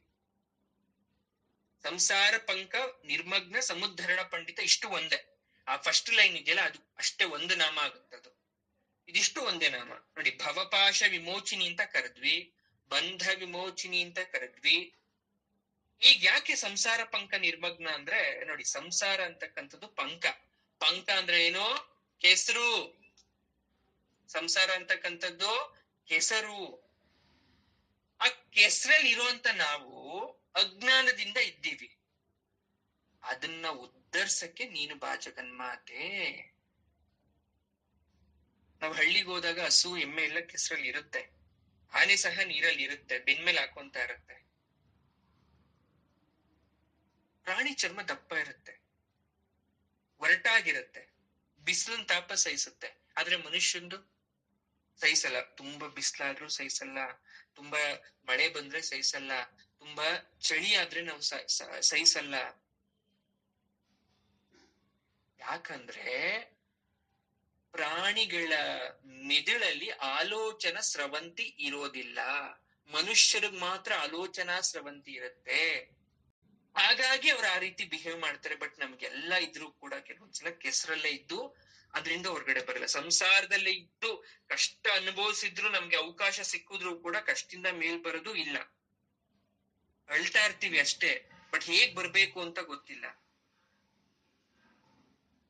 ಬಹಳ ಕಾಲ 1000 ವರ್ಷ ಅಂತ ಕರೀತಾರೆ. ಮಕರದೊಂದಿಗೆ ಹೋರಾಡಿದ ಕರಿರಾಜ, ಮೊಸಳೆ ಜೊತೆ ಹೋರಾಡಿದ ಕರಿರಾಜ ಕೊನೆಗೆ ತನ್ನ ಸ್ವಶಕ್ತಿಯ ಮೇಲೆ ಯಾರು ಸಹಾಯಕ್ಕೆ ಬರ್ಲಿಲ್ಲ. ಆ ಕರಿರಾಜ ಆನೆ ತನ್ನ ಸ್ವಂತ ಶಕ್ತಿಯ ಮೇಲೆ ನಂಬಿಕೆ ಇಟ್ಕೊಂಡು ಮಹಾವಿಷ್ಣುವನ್ನ ಕರೀತದು, ದೀನನಾಗಿ ಬಾಪ್ಪ ತಂದೆ ಅಂತ. ಕನಿಕರದಿಂದ ತನ್ನ ವಜ್ರಾಯುಧವನ್ನ ಬೀಸಿ ಮೊಸಳೆಯನ್ನ ಸಾಯಿಸಿ ಗಜೇಂದ್ರನನ್ನ ಕಾಪಾಡ್ದ. ಅದೇ ತರ ನಮ್ಮನ್ನು ಕೂಡ ಒಂದ್ಸಲ ಅನ್ಸುತ್ತಲ್ವ, ನಾವು ಈ ಕಷ್ಟದಲ್ಲಿ ಇರ್ಬೇಕಾದ್ರೆ ಅತಿ ಆಸೆ, ಸುಖಲಾಸೆ ಎಲ್ಲ ಪ್ರಾಣಿಗಳಿಗಿನ್ನ ಹೆಚ್ಚು ನಾವು. ಎಲ್ಲ ನಮ್ ಸುತ್ತ ಮೊಸಳೆ ತರ ಕಚ್ಕೊಂಡ್ಬಿಡುತ್ತೆ. ಅತಿ ಆಸ್ತಿ ಆದ್ರೂ, ಅತಿ ಹಣ ಬಂದ್ರು ಕೂಡ ತೊಂದ್ರೆ, ಏನೂ ಇಲ್ಲ ಅಂದ್ರೂ ಕಷ್ಟ, ತುಂಬಾ ಜನ ಇದ್ರು ಕಷ್ಟ, ಯಾರು ಇಲ್ಲ ಅಂದ್ರೂ ಕಷ್ಟ. ಅಂತ ಸಮಯದಲ್ಲಿ ನಮ್ಗೆ ದಿಕ್ಕೇ ತೋಚ್ದಂಗ ಆದಾಗ ಪರಮಾತ್ಮನನ್ನ ನಾವು ಕೆಸರಿನ ಹೊಂಡದಲ್ಲಿ ಸಿಕ್ಕಾಕೊಂಡ್ಬಿಟ್ಟಾಗ, ಸಂಸಾರ ಕಷ್ಟ ಅಂತಕ್ಕಂಥ ಕೆಸರಿನ ಹೊಂಡದಲ್ಲಿ ಸಿಕ್ಕಾಕೊಂಡಾಗ ಹೊರಬರೋ ಮಾರ್ಗ ತಿಳಿದೆ ತುಂಬಾ ಅಳ್ತಿರ್ಬೇಕಾದ್ರೆ ನಮಗ್ ಮರಣ ಸದೃಶ ಅಂತ ಅನಿಸ್ತಾ ಇದೆ. ಸಾವಿನ ಮನೇಲಿ ಏನಾದ್ರು ಇದೀನಾ ಅಂತ ಅನಿಸ್ತಾ ಇರ್ಬೇಕಾದ್ರೆ, ಅಥವಾ ಯಾರು ಇಲ್ದೆ ನಾನು ಸತ್ ಹೋಗ್ಬೇಕು ಅಂತ ಏನಾದ್ರು ಅನ್ಸಿದ್ರೆ, ಮನಸತ್ವದಲ್ಲಿ ಒಂದು ಪಶುದಶೆ ಏನಾದ್ರು ಬಂದ್ಬಿಟ್ರೆ, ಆ ಅರ್ಥನೇ ಇಲ್ಲಿ ಸಂಸಾರ ಪಂಕ ಸಮುದ್ರನ ಪಂಡಿತ ಅಂದ್ರೆ ತಾಯಿ, ಆ ಪ್ರವೃತ್ತಿಲಿ ಅತಿ ಭೋಗಾಲಾಸೆ ನಾನೇನಾದ್ರೂ ಇದ್ರೆ, ಆ ಕಷ್ಟದಲ್ಲಿ ಇದ್ರೆ, ನಾ ಸಿಕ್ಕಾಕೊಂಡಾಗ ಹೊರಗಡೆ ಬರ್ಬೇಕು, ನನಗ್ ಬೇರೆ ಮಾರ್ಗ ಇಲ್ಲ ಅಂತ ಅನ್ಸಿದ್ರೆ, ವಿಷ್ಣುಮೂರ್ತಿ ಗಜೇಂದ್ರನನ್ನ ರಕ್ಷಿಸಿದ ಹಾಗೆ ನೀನು ಬಂದು ನನ್ನನ್ನ ರಕ್ಷಣೆ ಮಾಡು. ನಾನ್ ಆ ಸಮಯದಲ್ಲಿ ನಿನ್ನ ಅಮ್ಮ ಅಂತ ಕರಿತೀನಿ, ತಾಯಿ ಅಂತ ಕರಿತೀನಿ, ದೇವಿ ಅಂತ ಕರಿತೀನಿ. ನನ್ನ ಮಗಳು, ನನ್ನ ಮಗ ಕರೀತಾ ಇದ್ದ, ನನ್ನ ಮಗಳು ಕರೀತಾ ಇದ್ದಾಳೆ ಅಂತ ಅನ್ಕೊಂಡು ನೀನು ಬಂದು ನನ್ನ ಉದ್ಧರಿಸುವಂತ ಘಂಟಾಘೋಷವಾಗಿ ವಾಗ್ದೇವತೆಗಳು ಹೇಳಿರ್ತಕ್ಕಂಥ ಸತ್ಯ ಇದು ಲಲಿತಾಂಬಿಯ ಬಗ್ಗೆ. ಯಜ್ಞಪ್ರಿಯ ಎಲ್ಲ ವ್ರತಗಳನ್ನ ಮಾಡ್ತೀವಿ, ತ್ಯಾಗ ಪ್ರಧಾನವಾಗಿ ಆಚರಿಸುವ ವ್ರತಕ್ಕೆ ನಾವು ಯಜ್ಞಪ್ರಿಯ ಅಂತ ಕರಿತೇವೆ. ಎಷ್ಟೆಷ್ಟೋ ಯಜ್ಞಗಳಿದೆ. ಅಮ್ಮನ್ಗೆ ಭಕ್ತರಾಗೋದು ಒಂದ್ ಯಜ್ಞ, ಅವಳ ನಾಮಪಾರಾಯಣ ಮಾಡೋದು ಒಂದ್ ಯಜ್ಞ. ಯಜ್ಞ ಅಂದ್ರೆ ಸಂಕಲ್ಪ. ನೀವ್ ಯಾವ ಹೋಮ ಮಾಡಿಸೋಂತ ಯಜ್ಞ ಬರೀ ಅದೇ ಯಜ್ಞ ಆಗಲ್ಲ. ನಿಮ್ ಮನ್ಸಲ್ಲಿ ಏನಾದ್ರು ಒಂದ್ ಅನ್ಕೊಳ್ಳಿ, ಅದನ್ ಮಾಡಿ, ಅದು ತಾಯಿಗೆ ಯಜ್ಞ ಆಗತ್ತೆ. ದ್ರವ್ಯ ಯಜ್ಞ ಕೂಡ ಇದೆ, ಜ್ಞಾನ ಯಜ್ಞ ಇದೆ. ಅನಾಥಾಲಯಕ್ಕೆ, ಜೀರ್ಣೋದ್ಧಾರಕ್ಕೆ, ಭಗವಂತನ ಸೇವೆಗೆ, ಅನ್ನದಾನಕ್ಕೆ, ವಿದ್ಯಾಸಂಸ್ಥೆಗೆ ದೇಣಿಗೆ ಕೊಡೋದನ್ನ ನಾವು ದ್ರವ್ಯ ಯಜ್ಞ ಅಂತ ಕರಿತೀವಿ. ನಿಮ್ಮಲ್ಲಿ ದ್ರವ್ಯ ಇತ್ತು, ಹಣ ಆಸ್ತಿ ಇತ್ತು, ಕೊಟ್ರಿ. ನಿಮ್ ಹತ್ರ ಇಲ್ಲಾಂದ್ರೆ ಕೊಡಕ್ ಆಗ್ತಿತ್ತ? ಆ ಕೊಡೋ ಮನ್ಸ್ ಬಂತಲ್ಲ, ಹೇಗ್ ಬಂತು ನಿಮಗೆ? ಸಂಪಾದನೆಯ ಸ್ವಲ್ಪ ಭಾಗವನ್ನ ತಪ್ಪದೆ ಬೇರೆಯವ್ರಿಗೆ ತೆಗೆದಿಟ್ರೆ ಅಥವಾ ಬೇರೆ ಕಾರ್ಯ ಕೊಟ್ರೆ ಅದನ್ನ ನಾವು ದ್ರವ್ಯ ಯಜ್ಞ ಅಂತ ಕರಿತೀವಿ. ಇದು ತಾಯಿಗೆ ಬಹಳವಾದ ಇಷ್ಟ. ಜ್ಞಾನ ಯಜ್ಞ ಅಂದ್ರೆ ನಿಮ್ಗೇನೋ ಕೆಲವೊಂದಷ್ಟು ವಿಚಾರ ಗೊತ್ತಿದೆ, ದೇವ್ರ ಬಗ್ಗೆ ಗೊತ್ತಿದೆ, ಇನ್ನೇನೋ ಗೊತ್ತಿದೆ, ಗೊತ್ತಿರ್ತಕ್ಕಂಥದ್ನ 4 ಜನಕ್ಕೆ ಯಾವುದೇ ಅಪೇಕ್ಷೆ ಇಲ್ಲದೆ ಹೇಳ್ಕೊಡ್ತಿರಲ್ಲ, ಅದು ಜ್ಞಾನ ಯಜ್ಞ. ಹಿಂದೆ ಒಬ್ಬ ಮಹಾಗುರುಗಳಿರ್ತಾರೆ, ಸರ್ವಶಾಸ್ತ್ರ ಪಾರಂಗತರಾಗಿರ್ತಾರೆ. ಎಷ್ಟೋ ಮಂದಿ ಆತನನ್ನ ವಿದ್ಯಾದಾನ ಮಾಡಪ್ಪ, ಜ್ಞಾನದಾನ ಮಾಡಪ್ಪ ಅಂತ ಬಂದು ಕೇಳ್ತಾ ಇರ್ತಾರೆ. ಯಾರತ್ರ? ಆ ಗುರುಗಳ ಹತ್ರ. ಎಷ್ಟ್ ಸಾರಿ ಕೇಳ್ಕೊಂಡ್ರು ಆತನಿಗೆ ಗೊತ್ತಿರ್ತಕ್ಕಂಥ ವಿದ್ಯೆಯನ್ನ ಪೂರ್ತಿಯಾಗಿ ಯಾರಿಗೂ ಬೋಧಿಸ್ಲಿಲ್ಲ. ಬೋಧಿಸಿದ್ರು ಪೂರ್ತಿಯಾಗಿ ಬೋಧಿಸ್ಲಿಲ್ಲ. ನನಗಿನ್ನ ಎಲ್ಲಿ ಗುರುವನ್ನು ಮಿಶ್ರಿಸ ಶಿಷ್ಯ ಆಗ್ಬಿಡ್ತಾನೆ ಅನ್ನೋ ಜಿಜ್ಞಾಸೆಯಿಂದ, ಈರ್ಷೆಯಿಂದ ಯಾವ ಶಿಷ್ಯನಿಗೂ ಹೇಳ್ಕೊಡ್ಲೇ ಇಲ್ಲ ವಿದ್ಯೆ. ಹಾಗೆ ತನ್ನಲ್ಲಿ ಇರ್ತಕ್ಕಂಥ ಜ್ಞಾನವನ್ನ 10 ಮಂದಿಗೆ ಹಂಚದೆ ಆ ವ್ಯಕ್ತಿ ಸತ್ತೋಗ್ತಾನೆ. ಸತ್ತೋದಾದ್ಮೇಲೆ ಪಿಶಾಚ ರೂಪ ಪ್ರಾಪ್ತಿ ಆಗುತ್ತೆ ಅವನಿಗೆ, ಗಾಳಿ ರೂಪ ಪ್ರಾಪ್ತಿ ಆಗುತ್ತೆ, ಮೋಕ್ಷ ಸಿಗಲ್ಲ. 100 ವರ್ಷ ಕಳೆಯುತ್ತೆ, ಅದೇ ರೀತಿ ಇರ್ತಾನೆ ಆತ. ಒಂದು ಆಲದ ಮರವನ್ನ ತನ್ನ ಮನೆಯಾಗ ಮಾಡ್ಕೊಂಡ್ಬಿಟ್ಟಿರ್ತಾನೆ. ಪಿಶಾಚಿ ರೂಪದಲ್ಲಿದ್ರು ಒಂದು ಆಲದ ಮರ ಮನೆ. ಕೊನೆಗೊಮ್ಮೆ ಒಬ್ಬ ಬ್ರಾಹ್ಮಣ ಯುವಕ, ಆತನಿಗೆ ಮನೆ ಮಠ ಎಲ್ಲ ಇರಲ್ಲ, ಬಡಸ್ತನದಲ್ಲಿ ಇರ್ತಾರೆ. ವಿದ್ಯೆ ಇಲ್ಲದ ಕಾರಣ ಎಲ್ರು ಆತನ ನಿರ್ಲಕ್ಷ್ಯವಾಗಿ ಕಾಣ್ತಾ ಇರ್ತಾರೆ. ಅವನ್ಗೆ ಏನೋ ದುಃಖ ಆಗ್ಬಿಡುತ್ತೆ, ಸಹಿಸಕ್ ಅಸಾಧ್ಯವಾಗದೆ ಅರಣ್ಯಕ್ಕೆ ಬಂದ್ಬಿಡ್ತಾನೆ. ಅರಣ್ಯಕ್ಕೆ ಬಂದು ಮರದ ಕೆಳಗಡೆ ಕೂತಿರ್ತಾನೆ ಬಾಲಕ. ಅವ್ನ ಮನ್ಸಲ್ಲಿ ಒಂದೇ, ನಾನ್ ವಿದ್ಯೆ ಕಲಿಬೇಕು ಅಂತ. ಆದ್ರೆ ಕಲಿಬೇಕಾದ ವಯಸ್ಸಲ್ಲಿ ಕಲಿಯದೆ ನಾನ್ ಏನಾದ್ರೂ ಕೆಲ್ಸ ಶುರು ಮಾಡಿದ್ರೆ, ಮದ್ವೆ ಆದ್ಮೇಲೆ ನನ್ನ ಹೆಂಡತಿ ಜೊತೆ ಜೀವಿಸ್ಬೇಕಾದ್ರೆ ನನಗೆ ಆಕೆಗೆ ಬೇಕಾಗಿರ್ತಕ್ಕಂಥದ್ದು ಪೂರೈಸಕ್ ಆಗ್ಲಿಲ್ಲ ಅಂದಾಗ, ನಂಗೆ ಅವಮಾನ ಆದಾಗ, ಮರಣ ಅಂದ್ರೆ ನಾನು ಸಾಯ್ಬೇಕು ಅಂತ ಅನ್ಸುತ್ತೆ. ಅವಾಗ ಸಾಯೋದು ಈಗ್ಲೇ ಸಾಯೋಣ ಅಂತ ಅನ್ಸ್ಬಿಡುತ್ತ. ಅವ್ನು ಸಾಯ್ಬೇಕು ಅಂತ ಅನ್ಕೊಂತಾನೆ. ನೇಣ್ ಹಾಕೊಬೇಕು ಅಂತ ಬಾಲ್ಕ ಅನ್ಕೊಂತಾನೆ, ಆ ಹುಡ್ಗ ಅನ್ಕೊಂತಾನೆ. ಹಾಗೆ ಮರ ನೋಡುತ್ತೆ, ಆಲದ ಮರ ಇದೆ ಅನ್ಕೊಂತಾನೆ. ಆಗ ಮರದ ಮೇಲೆ ಕೂತಿರ್ತಕ್ಕಂಥ ಪಿಶಾಚಿ ಎಲ್ಲ ನೋಡ್ಬಿಟ್ಟು ಹೇಳುತ್ತೆ, ಅದನ್ನ ನೋಡ್ಬೇಕಾದ್ರೆ ಒಂದು ಅಶರೀರವಾಣಿ ಆಗುತ್ತೆ. ನೋಡು, ನೀನು 100 ವರ್ಷ ಆಯ್ತು ಅಂತರ್ ಪಿಶಾಚಿಯಾಗಿ ಪಿಶಾಚ ರೂಪವನ್ನ ತಾಳಿ ನಿನ್ನ ಪಿಶಾಚ ರೂಪ ನಿರ್ಮೂಲನೆ ಮಾಡ್ಕೋಬೇಕು ಅಂದ್ರೆ ಒಂದು ಉತ್ತಮವಾದ ಮಾರ್ಗ ಈಗ. ಆ ಬಾಲಕನಿಗೆ ನಿನ್ನ ಸಂಪೂರ್ಣ ವಿದ್ಯೆಯನ್ನ ಹೇಳ್ಕೊಡು, ನೀನು ಈ ಜನ್ಮದಿಂದ ಕಳೆದ್ಬಿಟ್ಟು ಮೋಕ್ಷ ಸಿಗುತ್ತೆ ಅಂತ ಅಶರೀರವಾಣಿ ಆಗುತ್ತೆ. ಯಾರಿಗೆ? ಆ ಗುರುಗೆ. ಆಗ ಆತನ ಖುಷಿ ಆಗುತ್ತೆ, ವಿದ್ಯಾದಾನ ಮಾಡಿದ್ರೆ ನನ್ನ ಮೋಕ್ಷ ಸಿಗುತ್ತಲ್ಲ ಅಂತ ಆಸೆಯಿಂದ, ಅವನು ಜ್ಞಾನವಂತನಾದ್ರೆ ನನ್ನ ಶಾಪ ವಿಮುಕ್ತಿ ಆಗುತ್ತಲ್ಲ ಅನ್ನೋ ಆಸೆಯಿಂದ ಆ ಹುಡುಗನ್ನ ಪ್ರಶ್ನಿಸ್ತಾನೆ. ಬಾಲಕ, ನನ್ನ ಬಳಿ ವಿದ್ಯೆ ಕಲಿತೀಯ ನೀನ್ ಕಲಿತೀಯ ಅಂದ್ರೆ ನನ್ನ ಸಂಪೂರ್ಣ ವಿದ್ಯೆ ಹೇಳ್ಕೊಡ್ತೀನಿ ಅಂತ ಹೇಳ್ತಾನೆ. ಆದ್ರೆ ಒಂದು ಪಿಶಾಚ ರೂಪ. ಬಾಲಕನಿಗೆ ಭಯ ಆಗುತ್ತೆ.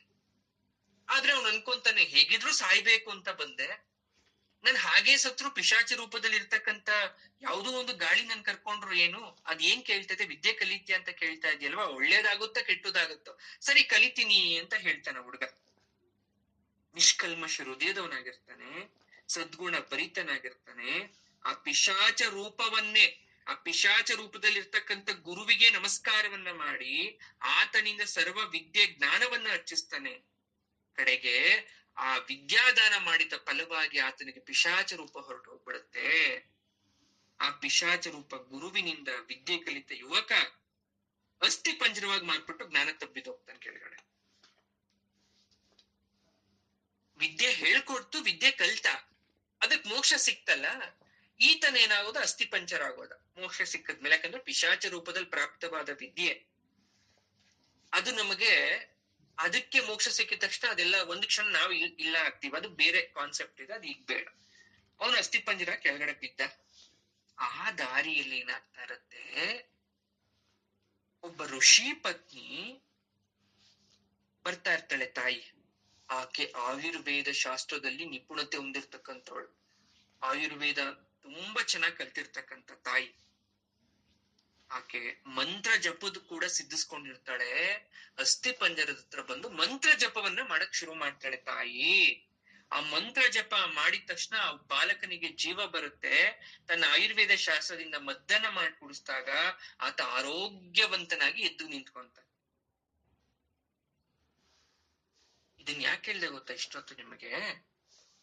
ನಮಗ್ ಗೊತ್ತಿರೋದನ್ನ, ನಮ್ಮ ತಲೆಯಲ್ಲಿ ಇರೋದನ್ನ ಭಗವಂತ ನಮ್ಗೆ ಏನಾದ್ರೂ 6 ಕಾಸು 3 ಕಾಸು ಕೊಟ್ಟಿದ್ರೆ ಅದನ್ನ ನಾವ್ ಏನಾದ್ರೂ ಪ್ರೀತಿಯಿಂದ, ಪರಮಾತ್ಮ ಇದ್ ನಂದಲ್ಲ ನಿಂದು, ನಿನಗೆ ಕೊಡ್ತಾ ಇದೀನಿ, ಕೆರೆ ನೀರನ್ನ ಕೆರೆಗೆ ಚೆಲ್ತಾ ಇದೀನಿ ಅಂತ ನೀವು ಮಾಡಿದ್ದೆ ಆದ್ರೆ ಖಂಡಿತ ನಿಮ್ಗೆ ಮೋಕ್ಷ. ನಿಮ್ಮಲ್ಲೇ ಇಟ್ಕೊಂಡ್ರೆ ಆ ಪಿಶಾಚಿ ರೂಪ ಅಥವಾ ಪಿಶಾಚಿ ಕತೆ ನೆನ್ಪು ಮಾಡ್ಕೊಳ್ಳಿ. ಇದೇ ಅದರ ಸ್ವಾರಸ್ಯ. ಅದಕ್ಕೆ ಸತ್ಸಂಗ, ಉಪನ್ಯಾಸ, ಆಧ್ಯಾತ್ಮಿಕ ಗ್ರಂಥಗಳನ್ನ ಓದೋದು, ದೊಡ್ಡವ್ರು ಹೇಳಿದ್ನ ಕೇಳೋದು. ಎಲ್ರು ಲೋಕದಲ್ಲಿ ಸಮಾನರು. ನಾನು ತುಂಬಾ ಕಲ್ತವಳಲ್ಲ, ನನ್ ವಯಸ್ಸಲ್ಲಿ ದೊಡ್ಡವಳಾಗಿರ್ಬೋದು, ಜ್ಞಾನದಲ್ಲಿ ನಾನ್ ಚಿಕ್ಕವಳು, ನಾನು ಏನೋ ಡಿಗ್ರಿ ತಗೊಂಡ್ಬಿಟ್ಟಿದ್ರು ಕೂಡ, ನನ್ IAS ಆಫೀಸರ್ ಆದ್ರೂ ಕೂಡ, ನನ್ ಪೊಲೀಸ್ ಆಫೀಸರ್ ಆದ್ರೂ ಕೂಡ, ಜ್ಞಾನ ಯಾರಾದ್ರೂ ಹೇಳ್ತಾ ಇದ್ದಾರೆ ಅಂದಾಗ, ಪರಮಾತ್ಮನ ಬಗ್ಗೆ, ದೈವದ ಬಗ್ಗೆ ಹೇಳ್ತಾ ಇದ್ದಾರೆ ಅಂದಾಗ ಗೌರವ ಕೊಟ್ಟು ಯಾವುದೇ ಅಹಂಕಾರ ಭಾವನೆಗಳಿಲ್ದೆ ನನ್ ಕೂತ್ಕೊಂಡು ಕೇಳಿಸ್ಕೋಬೇಕು, ನನ್ ಕಲಿಬೇಕು ಅಂತ ಕೂತ್ಕೊಳೋದಿದೆಯಲ್ಲ, ಅದು ಯಾವತ್ತು ನಮ್ಮನ್ನು ಉತ್ತುಂಗ ಕರ್ಕೊಂಡು ಹೋಗುತ್ತೆ. ಅದು ಯಾವ ಯಜ್ಞ? ಇಷ್ಟೊತ್ತು ಯಜ್ಞದ ಬಗ್ಗೆ ಮಾತಾಡ್ಬೇಕಾದ್ರೆ ಕತೆ ಹೇಳ್ದೆ. ಇದು ಜ್ಞಾನ ಯಜ್ಞ, ತಪೋ ಯಜ್ಞ ಅಂತ ಒಂದಿದೆ. ಏನ್ ತಪೋ ಯಜ್ಞ ಅಂದ್ರೆ, ಈಗ ನಾವು ಕೂತ್ಕೊಂಡು ವರ್ಷಾನ್ಗಟ್ಲೆ ತಪಸ್ ಮಾಡಕ್ ಆಗಲ್ಲ. ಪೂರ್ವ ಕಾಲದಲ್ಲಿ ಏನ್ ಮಾಡ್ತಾ ಇದ್ರು, ರಾಜ ಮಹಾರಾಜರು, ಅರಣ್ಯಗಳಲ್ಲಿನ ಮಹರ್ಷಿಗಳು ಏನ್ ಮಾಡ್ತಾ ಇದ್ರು, ತಪಸ್ಸು ಮಾಡ್ತಾ ಇದ್ರು. ಈ ಮಹರ್ಷಿಗಳು ತಪಸ್ ಮಾಡಕ್ ಮುಂಚೆ ಏನ್ ಮಾಡ್ತಾ ಇದ್ರು, ರಾಜರ ಹತ್ರ ಬಂದ್ಬಿಟ್ಟು, ನೋಡು ನಮ್ಮ ಆಶ್ರಮದಲ್ಲಿ ಇರ್ತಕ್ಕಂಥ ಕೆಲವೊಂದಷ್ಟು ಋಷಿಗಳು ತಪಸ್ಸನ್ನ ಮಾಡ್ತಾ ಇದ್ದೀವಿ, ನಮ್ಗೆ ಕಾಡು ಮೃಗಗಳು ಯಾವುದೇ ತರ ತಾಪತ್ರೆ ಕೊಡ್ದಾಗ ನಮ್ಗೆ ರಕ್ಷಣೆ ಕೊಡಿ ಅಂತ ಕೇಳ್ತಾ ಇದ್ರಂತೆ. ಆತರ ಮಾಡಿದ್ರೆ ನಾವ್ ಆಶೀರ್ವಾದ ಮಾಡ್ತೀವಿ, ಬೆಳೆ ಮಳೆ ಎಲ್ಲ ಚೆನ್ನಾಗ್ ಆಗ್ಬೇಕು, ನಿಮ್ಮ ರಾಜ್ಯಕ್ಕೆ ಪ್ರಜೆಗಳೆಲ್ಲ ಸುಖಿಸ್ಬೇಕು ಅಂತ ಮಾಡ್ತೀವಿ ಅಂತ ಹೇಳ್ತಾ ಇದ್ರು. ತಪಶಕ್ತಿಯ 4ನೇ 1 ಭಾಗವನ್ನ ಮಹಾರಾಜನಿಗೆ ಅರ್ಪಿಸ್ತಾ ಇದ್ರು ಅವ್ರು. ಯಾಕಂದ್ರೆ ಋಷಿ ಮುನಿಗಳಿಗೆ ಸಹಾಯ ಮಾಡಿದ್ದ ಪ್ರತಿಫಲವಾಗಿ. ಇದು ತಪೋಯಜ್ಞ. ಅದ್ರ ಅರ್ಥ ತಪಸ್ಸು ಮಾಡೇ ನನ್ ಫಲ ಪಡಿಬೇಕು ಅಂತಿಲ್ಲ. ರಾಜ ತಪಸ್ ಮಾಡ್ದೇನೆ ಋಷಿ ಮುನಿಯಿಂದ ಅವ್ರು ಮಾಡಿರೋ ತಪಸ್ಸಲ್ಲಿ 4ನೇ ಭಾಗ 4:1 ಪಾರ್ಟ್ ನ ಅವ್ರು ತಗೊಂತಾ ಇದ್ರು. ಅದೇ ತರ ನೀವೇನಾದ್ರೂ ಇನ್ನೊಬ್ರಿಗೆ ಸಹಾಯ ಮಾಡಿದ್ರೆ, ಪ್ರತಿಫಲಾಪೇಕ್ಷರಾಗಿ ಯಾರೋ ಒಂದು ಒಳ್ಳೆ ಉತ್ತಮ ಕಾರ್ಯ ಮಾಡ್ಬೇಕಾದ್ರೆ ಮಾಡಿದ್ದೆ ಆದ್ರೆ ಅದು ತಪೋಯಜ್ಞ. ಅವ್ರು ಮಾಡಿರೋ ಪೂಜೆ ಫಲದಲ್ಲಿ ಅವ್ರೇನೋ ಕಷ್ಟದಲ್ಲಿ ಇರ್ಬೇಕಾದ್ರೆ ನೀವು ಸಹಾಯ ಮಾಡಿದ್ರೆ ಅದರ 1 ಭಾಗ ನಿಮಗ್ ದಕ್ಕತ್ತೆ ಅನ್ನೋದು ನೆನ್ಪಿರ್ಲಿ. ಇದು ತಪೋಯಜ್ಞ. ಇನ್ನೊಂದಿದೆ ನಾಮಯಜ್ಞ.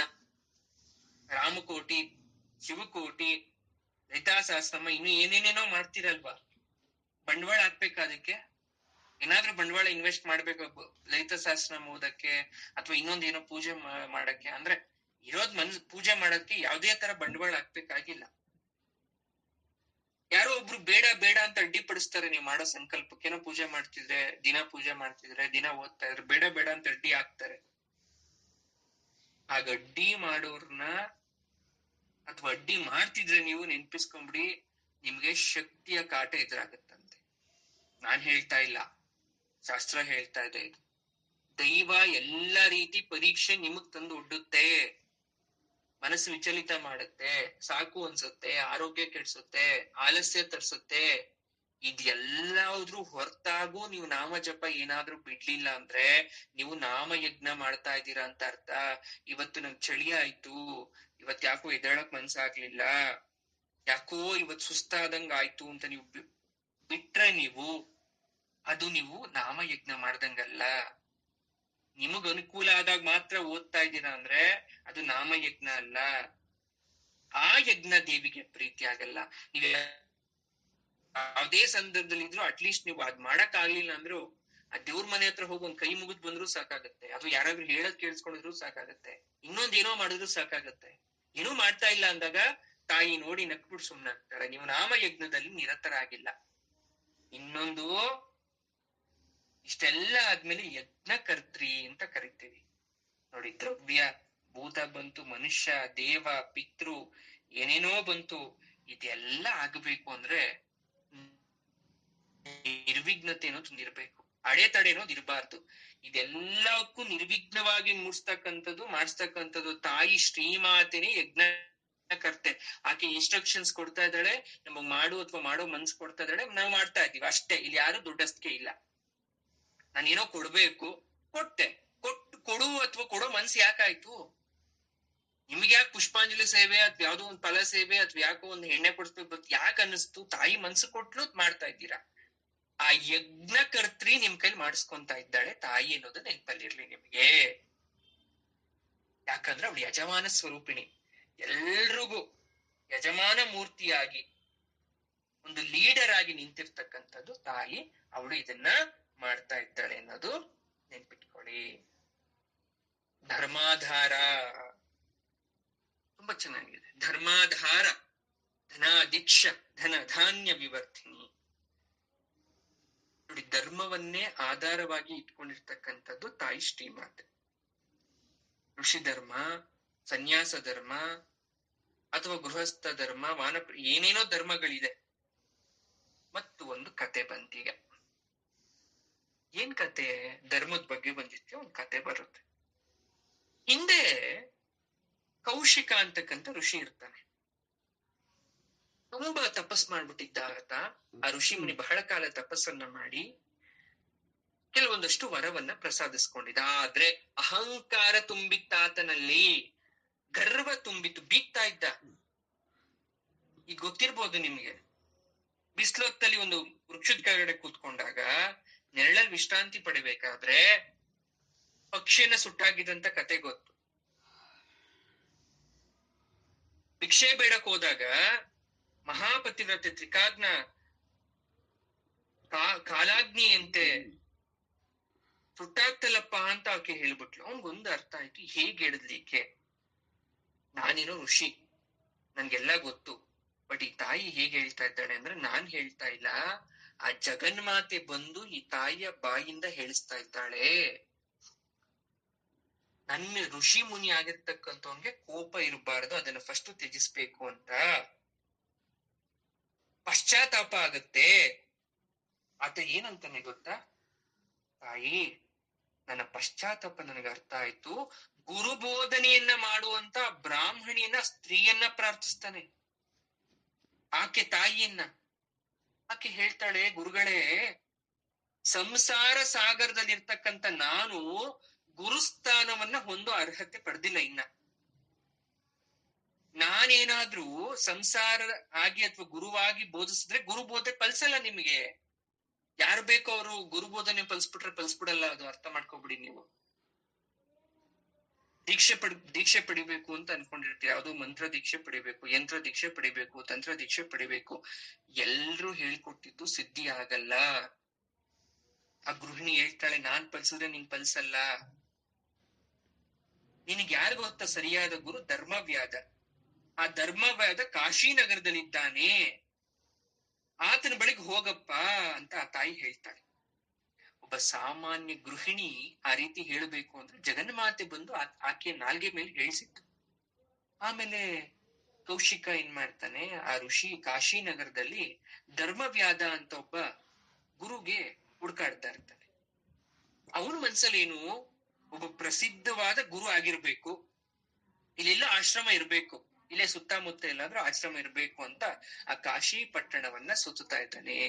ಆದ್ರೆ ಆ ಧರ್ಮವ್ಯಾದ ಹುಡುಕ್ತಾ ಸಿಕ್ತಾನೆ. ಎಲ್ಲಿ ಸಿಗ್ತಾನೆ ಅಂದ್ರೆ, ಮಾಂಸದ ಅಂಗಡಿಯಲ್ಲಿ ಮಾಂಸ ವಿಕ್ರಯಿಸವನಾಗಿರ್ತಾನೆ, ಮಾಂಸ ಮಾರೋನಾಗಿರ್ತಾನೆ. ಚಿಕ್ಕದಾದ ಮಾಂಸದ ಅಂಗಡಿಯಲ್ಲಿ ಕುರಿ ಮೇಕೆಗಳ ಮಾಂಸವನ್ನ ಮಾರ್ತಾ ಇರ್ತಾನೆ. ಆ ಮಾಂಸವನ್ನ ತುಂಡರಿಸಿ ಹಣವನ್ನ ಪಡಿತಾ ಇರ್ತಾನೆ. ಹೋಗಿ ನೋಡಿ ಕೌಶಿಕ ಮಹರ್ಷಿಗೆ ದಿಗ್ಭ್ರಾಂತನಾಗ್ಬಿಡ್ತಾನೆ. ಆ ಅಶುಚಿಯಾದ ವಾತಾವರಣ ನೋಡಿ ಅವನ್ಗೆ ಮನಸ್ಸಲ್ಲಿ ಒಂದ್ ರೀತಿ ಖೇದ ಉಂಟಾಗತ್ತೆ, ನೋವು ಉಂಟಾಗತ್ತೆ. ಎಲ್ಲಿಗಪ್ಪ ಬಂದೆ ನಾನು? ಆದ್ರೆ ಬ್ರಾಹ್ಮಣ ಸ್ತ್ರೀ ಹೇಳ್ ಕಳ್ಸಿದ್ ಇಲ್ಲಿಗೆ, ಎಲ್ಗ ಹೋಗುವಂತ ಧರ್ಮವ್ಯಾಧಿ ಹತ್ರಕ್ಕೆ ಹೋಗೋದು ಅಂತ ಹೇಳ್ ಕಳ್ಸಿದ್ದು. ಆ ತಾಯಿ ಹೇಳಿದಾಳಂದ್ರೆ ಅವಳ ಮಾತನ್ನ ತಳ್ಳಕ್ಕಾಗಲ್ಲ. ಸರಿ, ಹೋಗ್ಬಿಟ್ಟು ಆ ಧರ್ಮವ್ಯಾಧಿ ಹತ್ರ ಗುರುಬೋಧನೆಯನ್ನ ನೀಡಪ್ಪ ಅಂತ ಕೈ ಮುಗಿದು ಕೇಳ್ಕೊಂತ.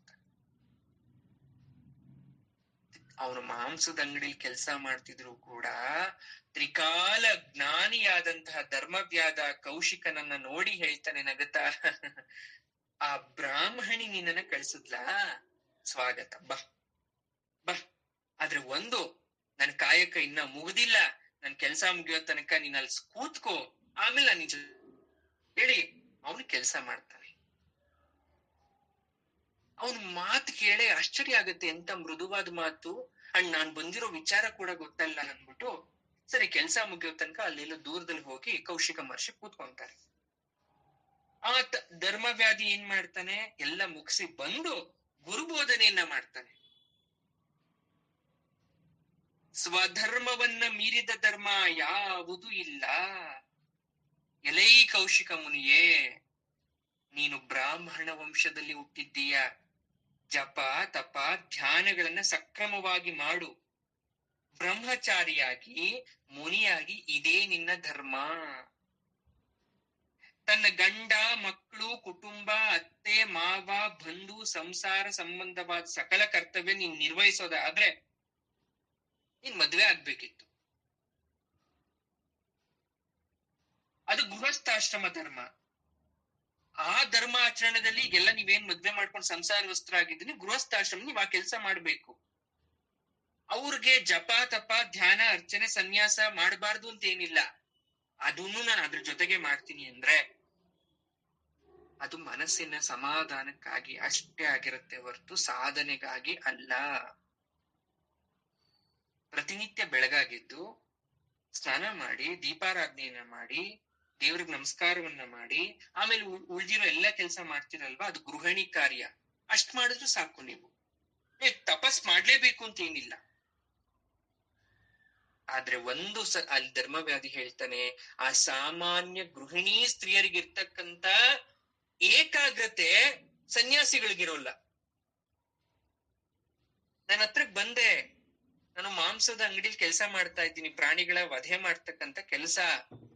ಯಾಕಂದ್ರೆ ನಾನ್ ಜನಿಸಿದ ವಂಶ ಅಂತದ್ದು, ನನ್ ಕುಲ ಇದು, ನಾನು ಅದಕ್ಕೆ ಅದನ್ನ ಮಾಡ್ತಾ ಇದ್ದೀನಿ.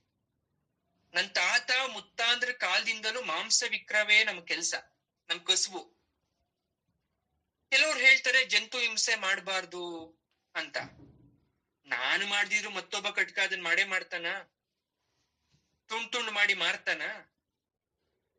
ನನ್ ತಂದೆ ತಾಯಿ ವೃದ್ಧರು, ನನ್ಗೆ ಹೆಂಡತಿ ಇದಾರೆ, ಮಕ್ಳಿದಾರೆ, ಅವ್ರ ಹೊಟ್ಟೆ ಸಾಕ್ಬೇಕು, ನಾನು ಅವ್ರ ರಕ್ಷಿಸ್ಬೇಕು. ನನ್ಗೆ ಬೇರೆ ಕೆಲ್ಸ ಗೊತ್ತಿಲ್ಲ, ನನ್ ಜವಾಬ್ದಾರಿ ಇದು. ಅದಕ್ಕೆ ನನ್ ಕೆಲ್ಸನೇ ದೇವ್ರು ಅಂತ ಭಾವಿಸ್ಕೊಂಡು ನಾನು ವೃತ್ತಿ ಧರ್ಮ ನಾನು ಮಾಡ್ತಾ ಇದ್ದೀನಿ. ಇದಕ್ ಪಾಪ ಅಂತ ಯಾರಾದ್ರೂ ಹೇಳ್ತಾ ಇದ್ದಾರಾ ಅಥವಾ ಪುಣ್ಯ ಅಂತ ಅನಿಸ್ತಾ ಇದ್ದಾರೆ ನನಗೆ? ಎರಡು ದೇವ್ರು ಬಿಟ್ಬಿಡ್ತೀನಿ. ನನಗ್ ಗೊತ್ತಿರೋದಿಷ್ಟೇ, ಸ್ವಧರ್ಮವ ಆಚರಣೆ, ಸ್ವಧರ್ಮವಾಗಿ ಆಚರಿಸ್ತಾ ಇದ್ದೀನಿ. ಇದೇ ನನ್ನ ತಪಸ್ಸು, ಇದೇ ನನ್ನ ಯಜ್ಞ, ಇದೇ ನನ್ನ ಮೋಕ್ಷ ಅಂತ ಹೇಳ್ತಾನೆ ಧರ್ಮವ್ಯಾಧ. ಯಾರಿಗೆ? ಋಷಿಮುನಿಯಾದಂತಹ ಕೌಶಿಕನಿಗೆ, ಬ್ರಾಹ್ಮಣೋತ್ತಮ. ಇದೆಲ್ಲಿ ಬರುತ್ತೆ ಅಂದ್ರೆ ಮಹಾಭಾರತ ಗ್ರಂಥದಲ್ಲಿ ಧರ್ಮವ್ಯಾಧ ಬೋಧನೆ ಅಂತಾನೆ ಇದೆ ಒಂದು. ಆಸಕ್ತರು ಹೋಗಿ ಓದ್ಬೋದು ಹೆಚ್ಚಿನ ಮಾಹಿತಿಗಾಗಿ. ಪಂಚಮ ವೇದವಾದಂತಹ ಭಾರತ ಪುರಾಣದಲ್ಲಿ ವೇದವ್ಯಾಸ ಮಹರ್ಷಿಗಳು ಉಲ್ಲೇಖ ಮಾಡಿರ್ತಕ್ಕಂಥದ್ದು. ಈ ಕಥೆಯನ್ನ ಚಿಕ್ಕ ಉದಾಹರಣೆ ಕೊಟ್ಟು ದೊಡ್ಡ ಸಂದೇಶವನ್ನ ಸಾರಿದ್ದಾರೆ ನಮ್ಮೆಲ್ಲರಿಗೂ ಕೂಡ. ಇದ್ಯಾವುದು ಊಹಾಪೋಹವಾಗಿ ಹೇಳ್ತಾ ಇರ್ತಕ್ಕಂಥ ಕಥೆ ಅಲ್ಲ.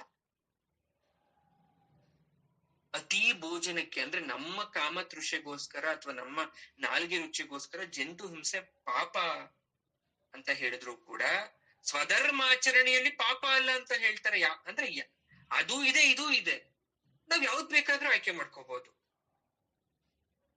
ಆದ್ರೆ ಅತಿ ಆಸೆಯಿಂದ ಮಾಡಿರ್ತಕ್ಕಂಥದ್ದು ಅಥವಾ ಬೇಡದೆ ಸುಮ್ನೆ ಅದನ್ನ ಉಪಯೋಗಕ್ಕೆ ಬರ್ದೆ ನೀವೇನಾದ್ರೂ ಅದನ್ನ ವಧೆ ಮಾಡಿದ್ದೆ ಆದ್ರೆ ಅದು ಮಹಾಪಾಪ ಅಂತ ಪರೋಕ್ಷವಾಗಿ ಎಚ್ಚರಿಕೆಯನ್ನ ನೀಡ್ತಾರೆ.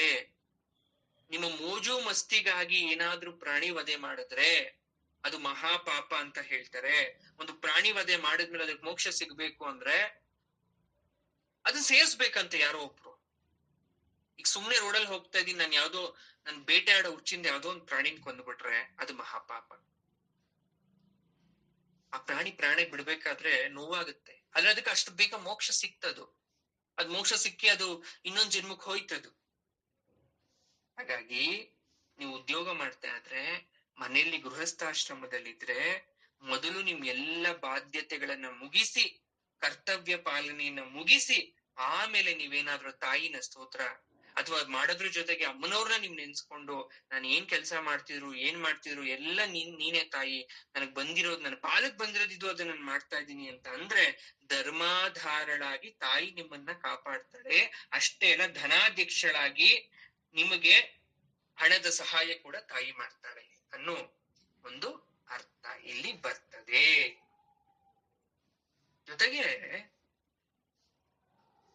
ನಿತ್ಯ ಪುಷ್ಪಾಂ ಕರೀಷಿಣೀಂ ಅಥವಾ ನಿತ್ಯ ಪುಷ್ಪಾಂ ಕರೀಷಿಣೀಂ ಅಂತ ಕರೀತಾರೆ. ನಿತ್ಯ ಸಮೃದ್ಧಳಾಗಿದ್ದಾರೆ ತಾಯಿ. ಹೊಲ ಗದ್ದೆಲ್ ಮಾಡ್ಬೇಕಾದ್ರೆ ಅವರು ಕೂಡ ದೇವರನ್ನ ನೆನಪಿಸ್ಕೊಂಡು ಮಾಡ್ತಾರೆ. ಶಾಕಾಂಬರಿ ರೂಪದಲ್ಲಿ ಹಣ್ಣು ಹಂಪಲು ದವಸ ಧಾನ್ಯಗಳನ್ನ ತಾಯಿ ನಮಗೆ ಪ್ರಸಾದವಾಗಿ ಕೊಡ್ತಾಳೆ. ಜನ್ಮನ ಜಾಯತೆ ಶೂದ್ರಃ ಕರ್ಮಣ ಜಾಯತೆ ದ್ವಿಜಃ ಅಂತ ಒಂದು ಸ್ತೋತ್ರ ಕರೆಕ್ಟ್ ಆಗಿ ಕೇಳಿಸ್ಕೊಳ್ಳಿ. ಇದರ ಅರ್ಥ, ಹುಟ್ಟಿನಿಂದ ಯಾರು ಬ್ರಾಹ್ಮಣ ಶೂದ್ರರಾಗಲ್ಲ, ನೀವು ಮಾಡೋ ಸಂಸ್ಕಾರದಿಂದ ಬ್ರಾಹ್ಮಣರಾಗ್ತೀರಾ, ಕ್ಷತ್ರಿಯರಾಗ್ತೀರಾ, ವೈಶ್ಯರಾಗ್ತೀರಾ, ಶೂದ್ರಾಗ್ತೀರಾ. ದ್ವಿಜ ಅಂದ್ರೆ ಬ್ರಾಹ್ಮಣರು.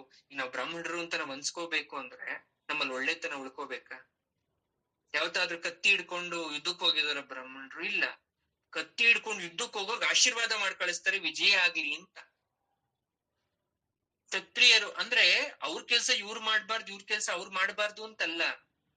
ನಮ್ಮಲ್ಲಿ ಒಳ್ಳೆತನ ತುಂಬಿದ್ರೆ ನಾವೆಲ್ಲರೂ ಬ್ರಾಹ್ಮಣರೇ. ನಿಜವಾಗ್ಲೂ ನಾವು ಒಳ್ಳೆ ಕೆಲಸ ಮಾಡಿದ್ರೆ ಎಲ್ರೂ ಬ್ರಾಹ್ಮಣರೇ. ಬರೀ ಅನ್ಯಾಯ ಮೋಸ ಮಾಡ್ಕೊಂಡಿದ್ರೆ ಖಂಡಿತವಾಗ್ಲೂ ಅದಾಗಕ್ ಸಾಧ್ಯ ಇಲ್ಲ. ಅದಕ್ಕೆ ಹೇಳ್ತಾರೆ, ಯಾವತ್ ತೀರ್ವೈರ್ ದೇವತಾಹ ತಾ ಸರ್ವ ವೇದ ವಿಧಿ ಬ್ರಾಹ್ಮಣೇ ವಸಂತಿ ತಸ್ಮಾತ್ ಬ್ರಾಹ್ಮಣೇಭ್ಯೋ ವೇದ ವಿಗ್ಭೋ ದಿವೇ ದಿವೇ ನಮಸ್ಕುರ್ಯಾತ್ ಅಂತ. ಪ್ರತಿಯೊಬ್ಬ ಬ್ರಾಹ್ಮಣರಲ್ಲಿ ದೇವಿ ನೆನ್ಸ್ಕೊಂಡಿರ್ತಾಳೆ. ಬ್ರಾಹ್ಮಣರಿಗೆ ಯಾಕೆ ನಮಸ್ಕಾರ ಮಾಡೋದು, ಅವ್ರ ಕಾಲಿಗೆ ಯಾಕೆ ಬೀಳೋದು ಅಂದ್ರೆ ಅವರಲ್ಲಿ ದೈವಿಕ ಸಾಕ್ಷಾತ್ಕಾರ ಇರುತ್ತೆ ಅಂತ. ಅವಳು ವಿಪ್ರ ರೂಪ ಅಂತ ವಿಪ್ರ ಅಂದ್ರೆ ಬ್ರಾಹ್ಮಣ, ಬ್ರಾಹ್ಮಣ ರೂಪಿ ಅಂತ ಕರಿತೀವಿ. ವಿಶ್ವದ ಸುತ್ತುವ ಶಕ್ತಿಗಳಿಗೆ ಕಾರಣ ಆಗಿರ್ತಕ್ಕಂಥವಳು. ನಿಜವಾಗ್ಲೂ ನೀನ್ ಬ್ರಾಹ್ಮಣ ಮಾಡ್ತಕ್ಕಂಥ ಎಲ್ಲ ತನ ನಿನ್ನಲ್ಲಿದ್ರೆ, ಗುಣ ಇದ್ರೆ, ಅಂಶ ನಿನ್ನಲ್ಲಿದ್ರೆ, ನಿನ್ನೂ ಕೂಡ ತಾಯಿ ಆವರಿಸ್ಕೊಂತಾಳೆ ಅಂತ. ಈಶ್ವರ ಸರ್ವಭೂತಾನಾಂ ಹೃದ್ದೇಶೇರ್ಜುನ ತಿಷ್ಠತಿ ಭ್ರಾಮಯನ್ ಸರ್ವಭೂತಾನಿ ಯಂತ್ರಾರೂಢಾನಿ ಮಾಯೆ ಅಂತ 15ನೇ ಅಧ್ಯಾಯದಲ್ಲಿ ಬರುತ್ತೆ ಗೀತೆಯಲ್ಲಿ, ಭಗವದ್ಗೀತೆಯಲ್ಲಿ. ಎಲೆ ಅರ್ಜುನ, ಶರೀರ ಅಂತಕ್ಕಂಥದ್ದು ಯಂತ್ರ. ಹ್ಯೂಮನ್ ಬಾಡಿ ಇಸ್ ಲೈಕ್ ಒಂದು ಮಿಷಿನ್ ಇದ್ದಾಗೆ. ಸಮಸ್ತ ಪ್ರಾಣಿ ಕೋಟಿಗಳಲ್ಲಿ ಪರಮೇಶ್ವರ ಅಥವಾ ಜಗನ್ಮಾತೆ ಇದ್ದಿ ಅವರೆಲ್ಲ ಕೆಲಸ ಮಿಷಿನ್ ಒಂದಷ್ಟು ದಿನ ರನ್ ಆಗ್ತಾ ಇದೆ ಅಂದ್ರೆ ಅದಕ್ಕೆ ಪೆಟ್ರೋಲ್ ಆಗ್ತಾ ಇರೋದು, ಅಥವಾ ಪೆಟ್ರೋಲ್ ಅಂದ್ರೆ ಊಟ ಮಾಡಿದ ತಕ್ಷಣ ರನ್ ಆಗತ್ತೆ ಅಂತಲ್ಲ. ಅಲ್ಲೆಲ್ಲೋ ಒಂದು ಮೈನ್ ಪಾಯಿಂಟ್ ಇರ್ಬೇಕು, ಒಂದು ಚಿಪ್ ಇರ್ಬೇಕು. ಆ ಚಿಪ್ಪಾಗಿ ಯಾರು ಕೆಲಸ ಮಾಡ್ತಾ ಇದ್ದಾರೆ ಹೃದಯದಲ್ಲಿ ಅಂದ್ರೆ ಆ ಜಗನ್ಮಾತೆ, ಆ ಪರಮಾತ್ಮ ಕೆಲಸ ಮಾಡ್ತಾ ಇದ್ದಾನೆ ಅಂತ ಅರ್ಥ. ನಮ್ಮ ನಿಮ್ಮೊಳಗಡೆ ಎಲ್ಲ ಒಂದು ಚಿಪ್ ಇದೆ. ಆ ಚಿಪ್ ಇವತ್ತು ಕೆಲಸ ಮಾಡ್ತಾ ಇದೆ. ಹೇಗ್ ಕೆಲಸ ಮಾಡ್ತಾ ಇದೆ? ಆ ಪರಮಾತ್ಮನ ಸಾಕ್ಷಾತ್ಕಾರದಿಂದ ಮಾಡ್ತಾ ಇದೆ. ಹಾಗಾಗಿ ಬ್ರಹ್ಮನಿಂದ ಬ್ರಾಹ್ಮಣತ್ವವನ್ನು ಹೊಂದುತ್ತಾರೆ. ಅವರು ಹುಟ್ಟಾಗ ಏನ್ ಬ್ರಾಹ್ಮಣರಾಗಿರಲ್ಲ. ಬ್ರಹ್ಮ ಅವ್ರಿಗೆ ಬ್ರಾಹ್ಮಣ ಪದವಿಯನ್ನ ಕೊಡ್ತಾರೆ. ಯಾರು? ಸನಕ, ಸನಂದನ, ಸನತ್ ಕುಮಾರ, ಸನತ್ ಸುಜಾತರು, ನಾರದ ಮಹರ್ಷಿಗಳು ಎಲ್ಲ ಬ್ರಾಹ್ಮಣರು ಅಂತ ಅನ್ಸ್ಕೊಂಡಿದ್ದು. ಅವರು ಕೂಡ ಬ್ರಾಹ್ಮಣ ತತ್ವದಲ್ಲೇ ಹುಟ್ಟಿರ್ತಾರೆ ಆಕ್ಚುಲಿ. ಅದಕ್ಕೆ ದೇವಿ ಪ್ರೀತಿ ಉಳ್ತಾಳೆ. ಬ್ರಹ್ಮಣ ಜಗಂ ತೀರ್ಥಂ ತ್ರಿಲೋಕೇಶು ವಿಶ್ರುತಂ ಅಂತ ಒಂದ್ ಶ್ಲೋಕ ಬರುತ್ತೆ. ಪುಣ್ಯಕ್ಷೇತ್ರಗಳಲ್ಲೆಲ್ಲ ಹೋಗಿ ಸುತ್ತ ಬರ್ತೀವಿ. ಎಲ್ಲೇ ಹೋದ್ರು ಕೂಡ ಕಡೆಗೆ ಏನೋ ಒಂದಾದಾಗ, ಗುರು ಅಂತ ಬಂದಾಗ ಅಥವಾ ಆಚಾರ್ಯರಿಗೆ ಕಾಲಕ್ಕೆ ಬೀಳುವಂದಾಗ ಹೋಗಿ ಅವ್ರ ಕಾಲಕ್ಕೆ ಬೀಳ್ತೀವಿ. ಯಾಕೆ? ವಿಪ್ರಪ್ರಿಯ, ತಾಯಿ ವಿಪ್ರಪ್ರಿಯಳು. ಒಂದ್ ದಾನ ಕೊಡ್ಬೇಕಾದ್ರೂ ಬ್ರಾಹ್ಮಣರಿಗೆ ದಾನ ಕೊಡಿ ಅಂತೀವಿ. ಯಾಕಂದ್ರೆ ದೋಷ ಹೋಗುತ್ತೆ ಅಂದ್ರೆ ನಿಮ್ ದೋಷ ಅವ್ರು ತಗೊಂತಾರೆ ಅಂತಲ್ಲ, ಅವರಲ್ಲಿ ಏನೋ ಒಂದು ದೈವಿಕ ಶಕ್ತಿ ಇರುತ್ತೆ ಅನ್ನೋ ಕಾರಣದಿಂದ. ಹಾಗಾಗಿ ಸಮಸ್ತ ಜಗತ್ತಿನಲ್ಲಿರುವ ಸೂರ್ಯ, ಚಂದ್ರ, ಗ್ರಹ, ನಕ್ಷತ್ರಾದಿ ಸರ್ವ ಚರಾಚರ ಕೋಟಿಗೆ, ಸೃಷ್ಟಿ ಸ್ಥಿತಿ ಲಯಗಳಿಗೆ ಆ ತಾಯಿ ವಿಶ್ವಭ್ರಮಣಕಾರಿಯಾಗಿದ್ದಾಳೆ. ಆತನನ್ನ ನಾವು ಪೂಜೆ ಮಾಡಬೇಕು ಅಂತ ಹೇಳ್ತಾ ಇದ್ದಾರೆ. ವರಾಹ ಪುರಾಣದಲ್ಲಿ ಯಾ ವಿಷ್ಣುವ ರಾಜಸಿ ಶಕ್ತಿ ಪಾಲಿನೇಚೇವ ವೈಷ್ಣವಿ ಅಂತ ಹೇಳ್ತಾರೆ. ವೈಷ್ಣವಿ ಶಕ್ತಿ ಬಗ್ಗೆ ಮಾತಾಡ್ಬೇಕಾದ್ರೆ, ವಿಷ್ಣುವಿನ ಬಗ್ಗೆ ಮಾತಾಡ್ಬೇಕಾದ್ರೆ ಹೇಳ್ತಾರೆ, ಈ ಸೃಷ್ಟಿಯ ಬೀಜ ತಾಯಿಯಾಗಿದ್ದಾಳೆ. ನಾವೆಲ್ಲ ಬೀಜದಿಂದ ಉದ್ಭವ ಆಗಿರ್ತಕ್ಕಂಥ ಸಣ್ಣ ಸಣ್ಣ ಸಣ್ಣ ಯಾವುದೋ ಒಂದು ಮರ, ಗಿಡ ಅಥವಾ ಬಳ್ಳಿ ಆಗಿರ್ಬೋದು. ಬಂದಂತಹ ಮೂಲ ಬೀಜವನ್ನ ಮರಿಬೇಡಿ. ತಾಯಿ ಜಗನ್ಮಾತೆ ನಮ್ಗಿನ್ನ ಮೇಲ್ಗಡೆ ಯಾರೋ ಒಬ್ರು ಇದ್ದಾರೆ ಅಂತ ಅನ್ಕೊಳ್ಳಿ. ಆಗ ಖಂಡಿತವಾಗ್ಲೂ ಕೂಡ ನಾವು ಅಹಂಕಾರ ಅಥವಾ ಇನ್ನು ಏನೇನೋ ನಮ್ಮ ತುಂಬಿರ್ತಕ್ಕಂಥದ್ದು ಅದೆಲ್ಲದ್ರಿಂದ ನಾವೇನಾಗ್ತೀವಿ, ಸ್ವಲ್ಪ ವಿಮುಕ್ತಿಗಳಾಗ್ತೀವಿ ಅನ್ನೋದನ್ನ ನೀವು ಅರ್ಥ ಮಾಡ್ಕೋಬೇಕಾಗತ್ತೆ. ಅರ್ಥ ಆಯ್ತಾ? ಒಂದು ವಿಚಾರ ಶೇರ್ ಮಾಡಿ ನಾನು ತರಗತಿ ಮುಗಿಸ್ತೀನಿ. ಇವತ್ತು ತುಂಬಾ ಜನ ಬಂದಿಲ್ಲ. It's okay if they are miss also. ಕಲಿಯುಗ ಕಲಿಯುಗ ಕಲಿಯುಗ ಕಲಿಯುಗದಲ್ಲಿ ಎಲ್ರೂ ಇದೀವಿ, ಹಂಗಾಗಿ ಎಲ್ಲ ಮಾಡ್ತಾ ಇದೀವಿ. ಕಲಿ ಪ್ರಭಾವ ಅಂತ ಕರಿತೀರಾ. ಕಲಿ ಅಂತ್ಯ ಆಗದ್ ಯಾವಾಗ ಅಂತ ಯೋಚನೆ ಮಾಡ್ತಾ ಇರ್ತೀವಿ. ಯಾವ ರೀತಿ ಘೋರವಾಗಿದೆ ಅಂತ ಹೇಳ್ತಾ ಇರ್ತೀವಿ.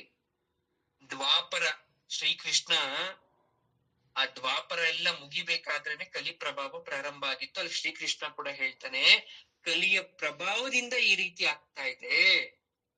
ಯಾದವರೆಲ್ಲ ನಮ್ಮ ಮಾತೇ ಕೇಳ್ತಾ ಇಲ್ಲ ಅಂತ ಕೃಷ್ಣ ಬಹಳವಾಗಿ ದುಃಖ ಮಾಡ್ತಾನೆ. ಅಧರ್ಮ ತಾಂಡವ ಆಡ್ತಾ ಇತ್ತು. ಅದಕ್ಕೆ ಶ್ರೀ ಕುರುಕ್ಷೇತ್ರ ಯುದ್ಧ ಕೂಡ ಸಾಕ್ಷಿ ಅಂತ ಹೇಳ್ಬಹುದು. ಮಹಾವಿಷ್ಣುವಿನ 8ನೇ ಅವತಾರ ಅಂತ್ಯ ಆದ್ಮೇಲೆ ಕಲಿಯ ಪ್ರಭಾವ ತುಂಗಕ್ಕೆ ಏರ್ತು ಅಂತ ಭಾಗವತದಲ್ಲಿ ಹೇಳ್ತಾರೆ. ಶ್ರೀಕೃಷ್ಣ ವೈಕುಂಠವಾಸಿ ಆದ್ಮೇಲೆ ಬ್ರಹ್ಮನ ಕೆಳಭಾಗದಿಂದ, ಅವನ ದೇಹದಿಂದ ಒಂದು ತ್ಯಾಜ್ಯ ಭೂಮಿ ಮೇಲೆ ಬಿತ್ತು. ಭೂಮಿ ಮೇಲೆ ಬಿದ್ದಾದ್ಮೇಲೆ ಅದು ಅಸುರಾಕೃತಿಯನ್ನ ಪಡೆಯಿತು. ಅಂದ್ರೆ ರಾಕ್ಷಸರನ್ನ ರೂಪ. ಅದು ಹೆಸರೇ ಅಧರ್ಮ.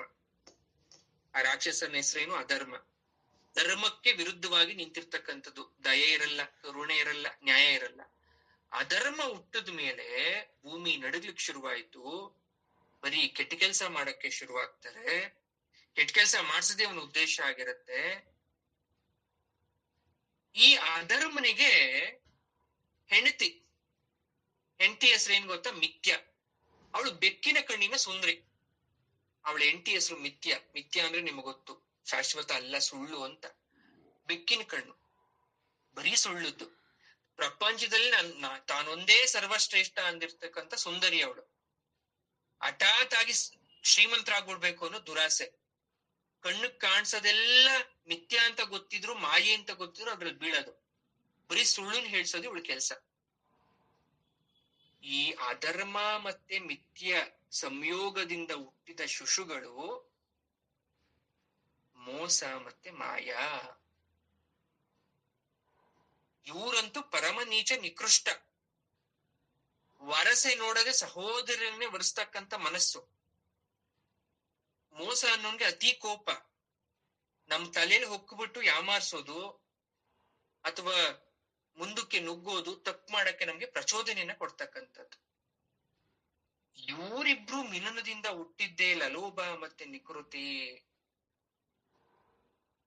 ಕಾಮ ಅಂತ ಕೂಡ ಆಗುತ್ತೆ ಅರ್ಥ. ಸ್ತ್ರೀಯರ ಮೇಲೆ ಎರಗೋದಾಗಿರ್ಬೋದು, ಕಾಮಾಸಕ್ತಿ, ಮನೋನಿಗ್ರಹ ಇಲ್ದೇ ಇರೋದಾಗಿರ್ಬೋದು, ಅಲ್ಪ ಸುಖಕ್ಕೋಸ್ಕರ ಯಾವುದೇ ತಪ್ಪನ್ನ ಮಾಡೋದಾಗಿರ್ಬೋದು. ಈ ನಿಕೃತಿ ಅಂತಕ್ಕಂಥವಳು ಸ್ತ್ರೀ. ಇವಳು ದುಃಖ. ನಿಕೃತಿ ಅಂದ್ರೆ ದುಃಖ ಅಂತ ಅರ್ಥ. ಇವಳ ಲಕ್ಷಣ ಅದೇ ದಾರಿಗೆ ಎಳಿಯೋದು, ಪಾಪಿಯನ್ನಾಗಿ ಮಾಡೋದು. ಮತ್ತೆ ಅವ್ರ ಕ್ರೋಧ, ಇವರಿಬ್ರು ಸಂಯೋಗದಿಂದ ಕ್ರೋಧ ಉಟ್ಕೊಂತಾರೆ. ಕ್ರೋಧ ಅಂದ್ರೆ ನಿಮ್ಗೆ ಗೊತ್ತು, ಅವರಿಂದ ಹಿಂಸಾ ಅನ್ನೋರು ಉಟ್ಕೊಂತಾರೆ.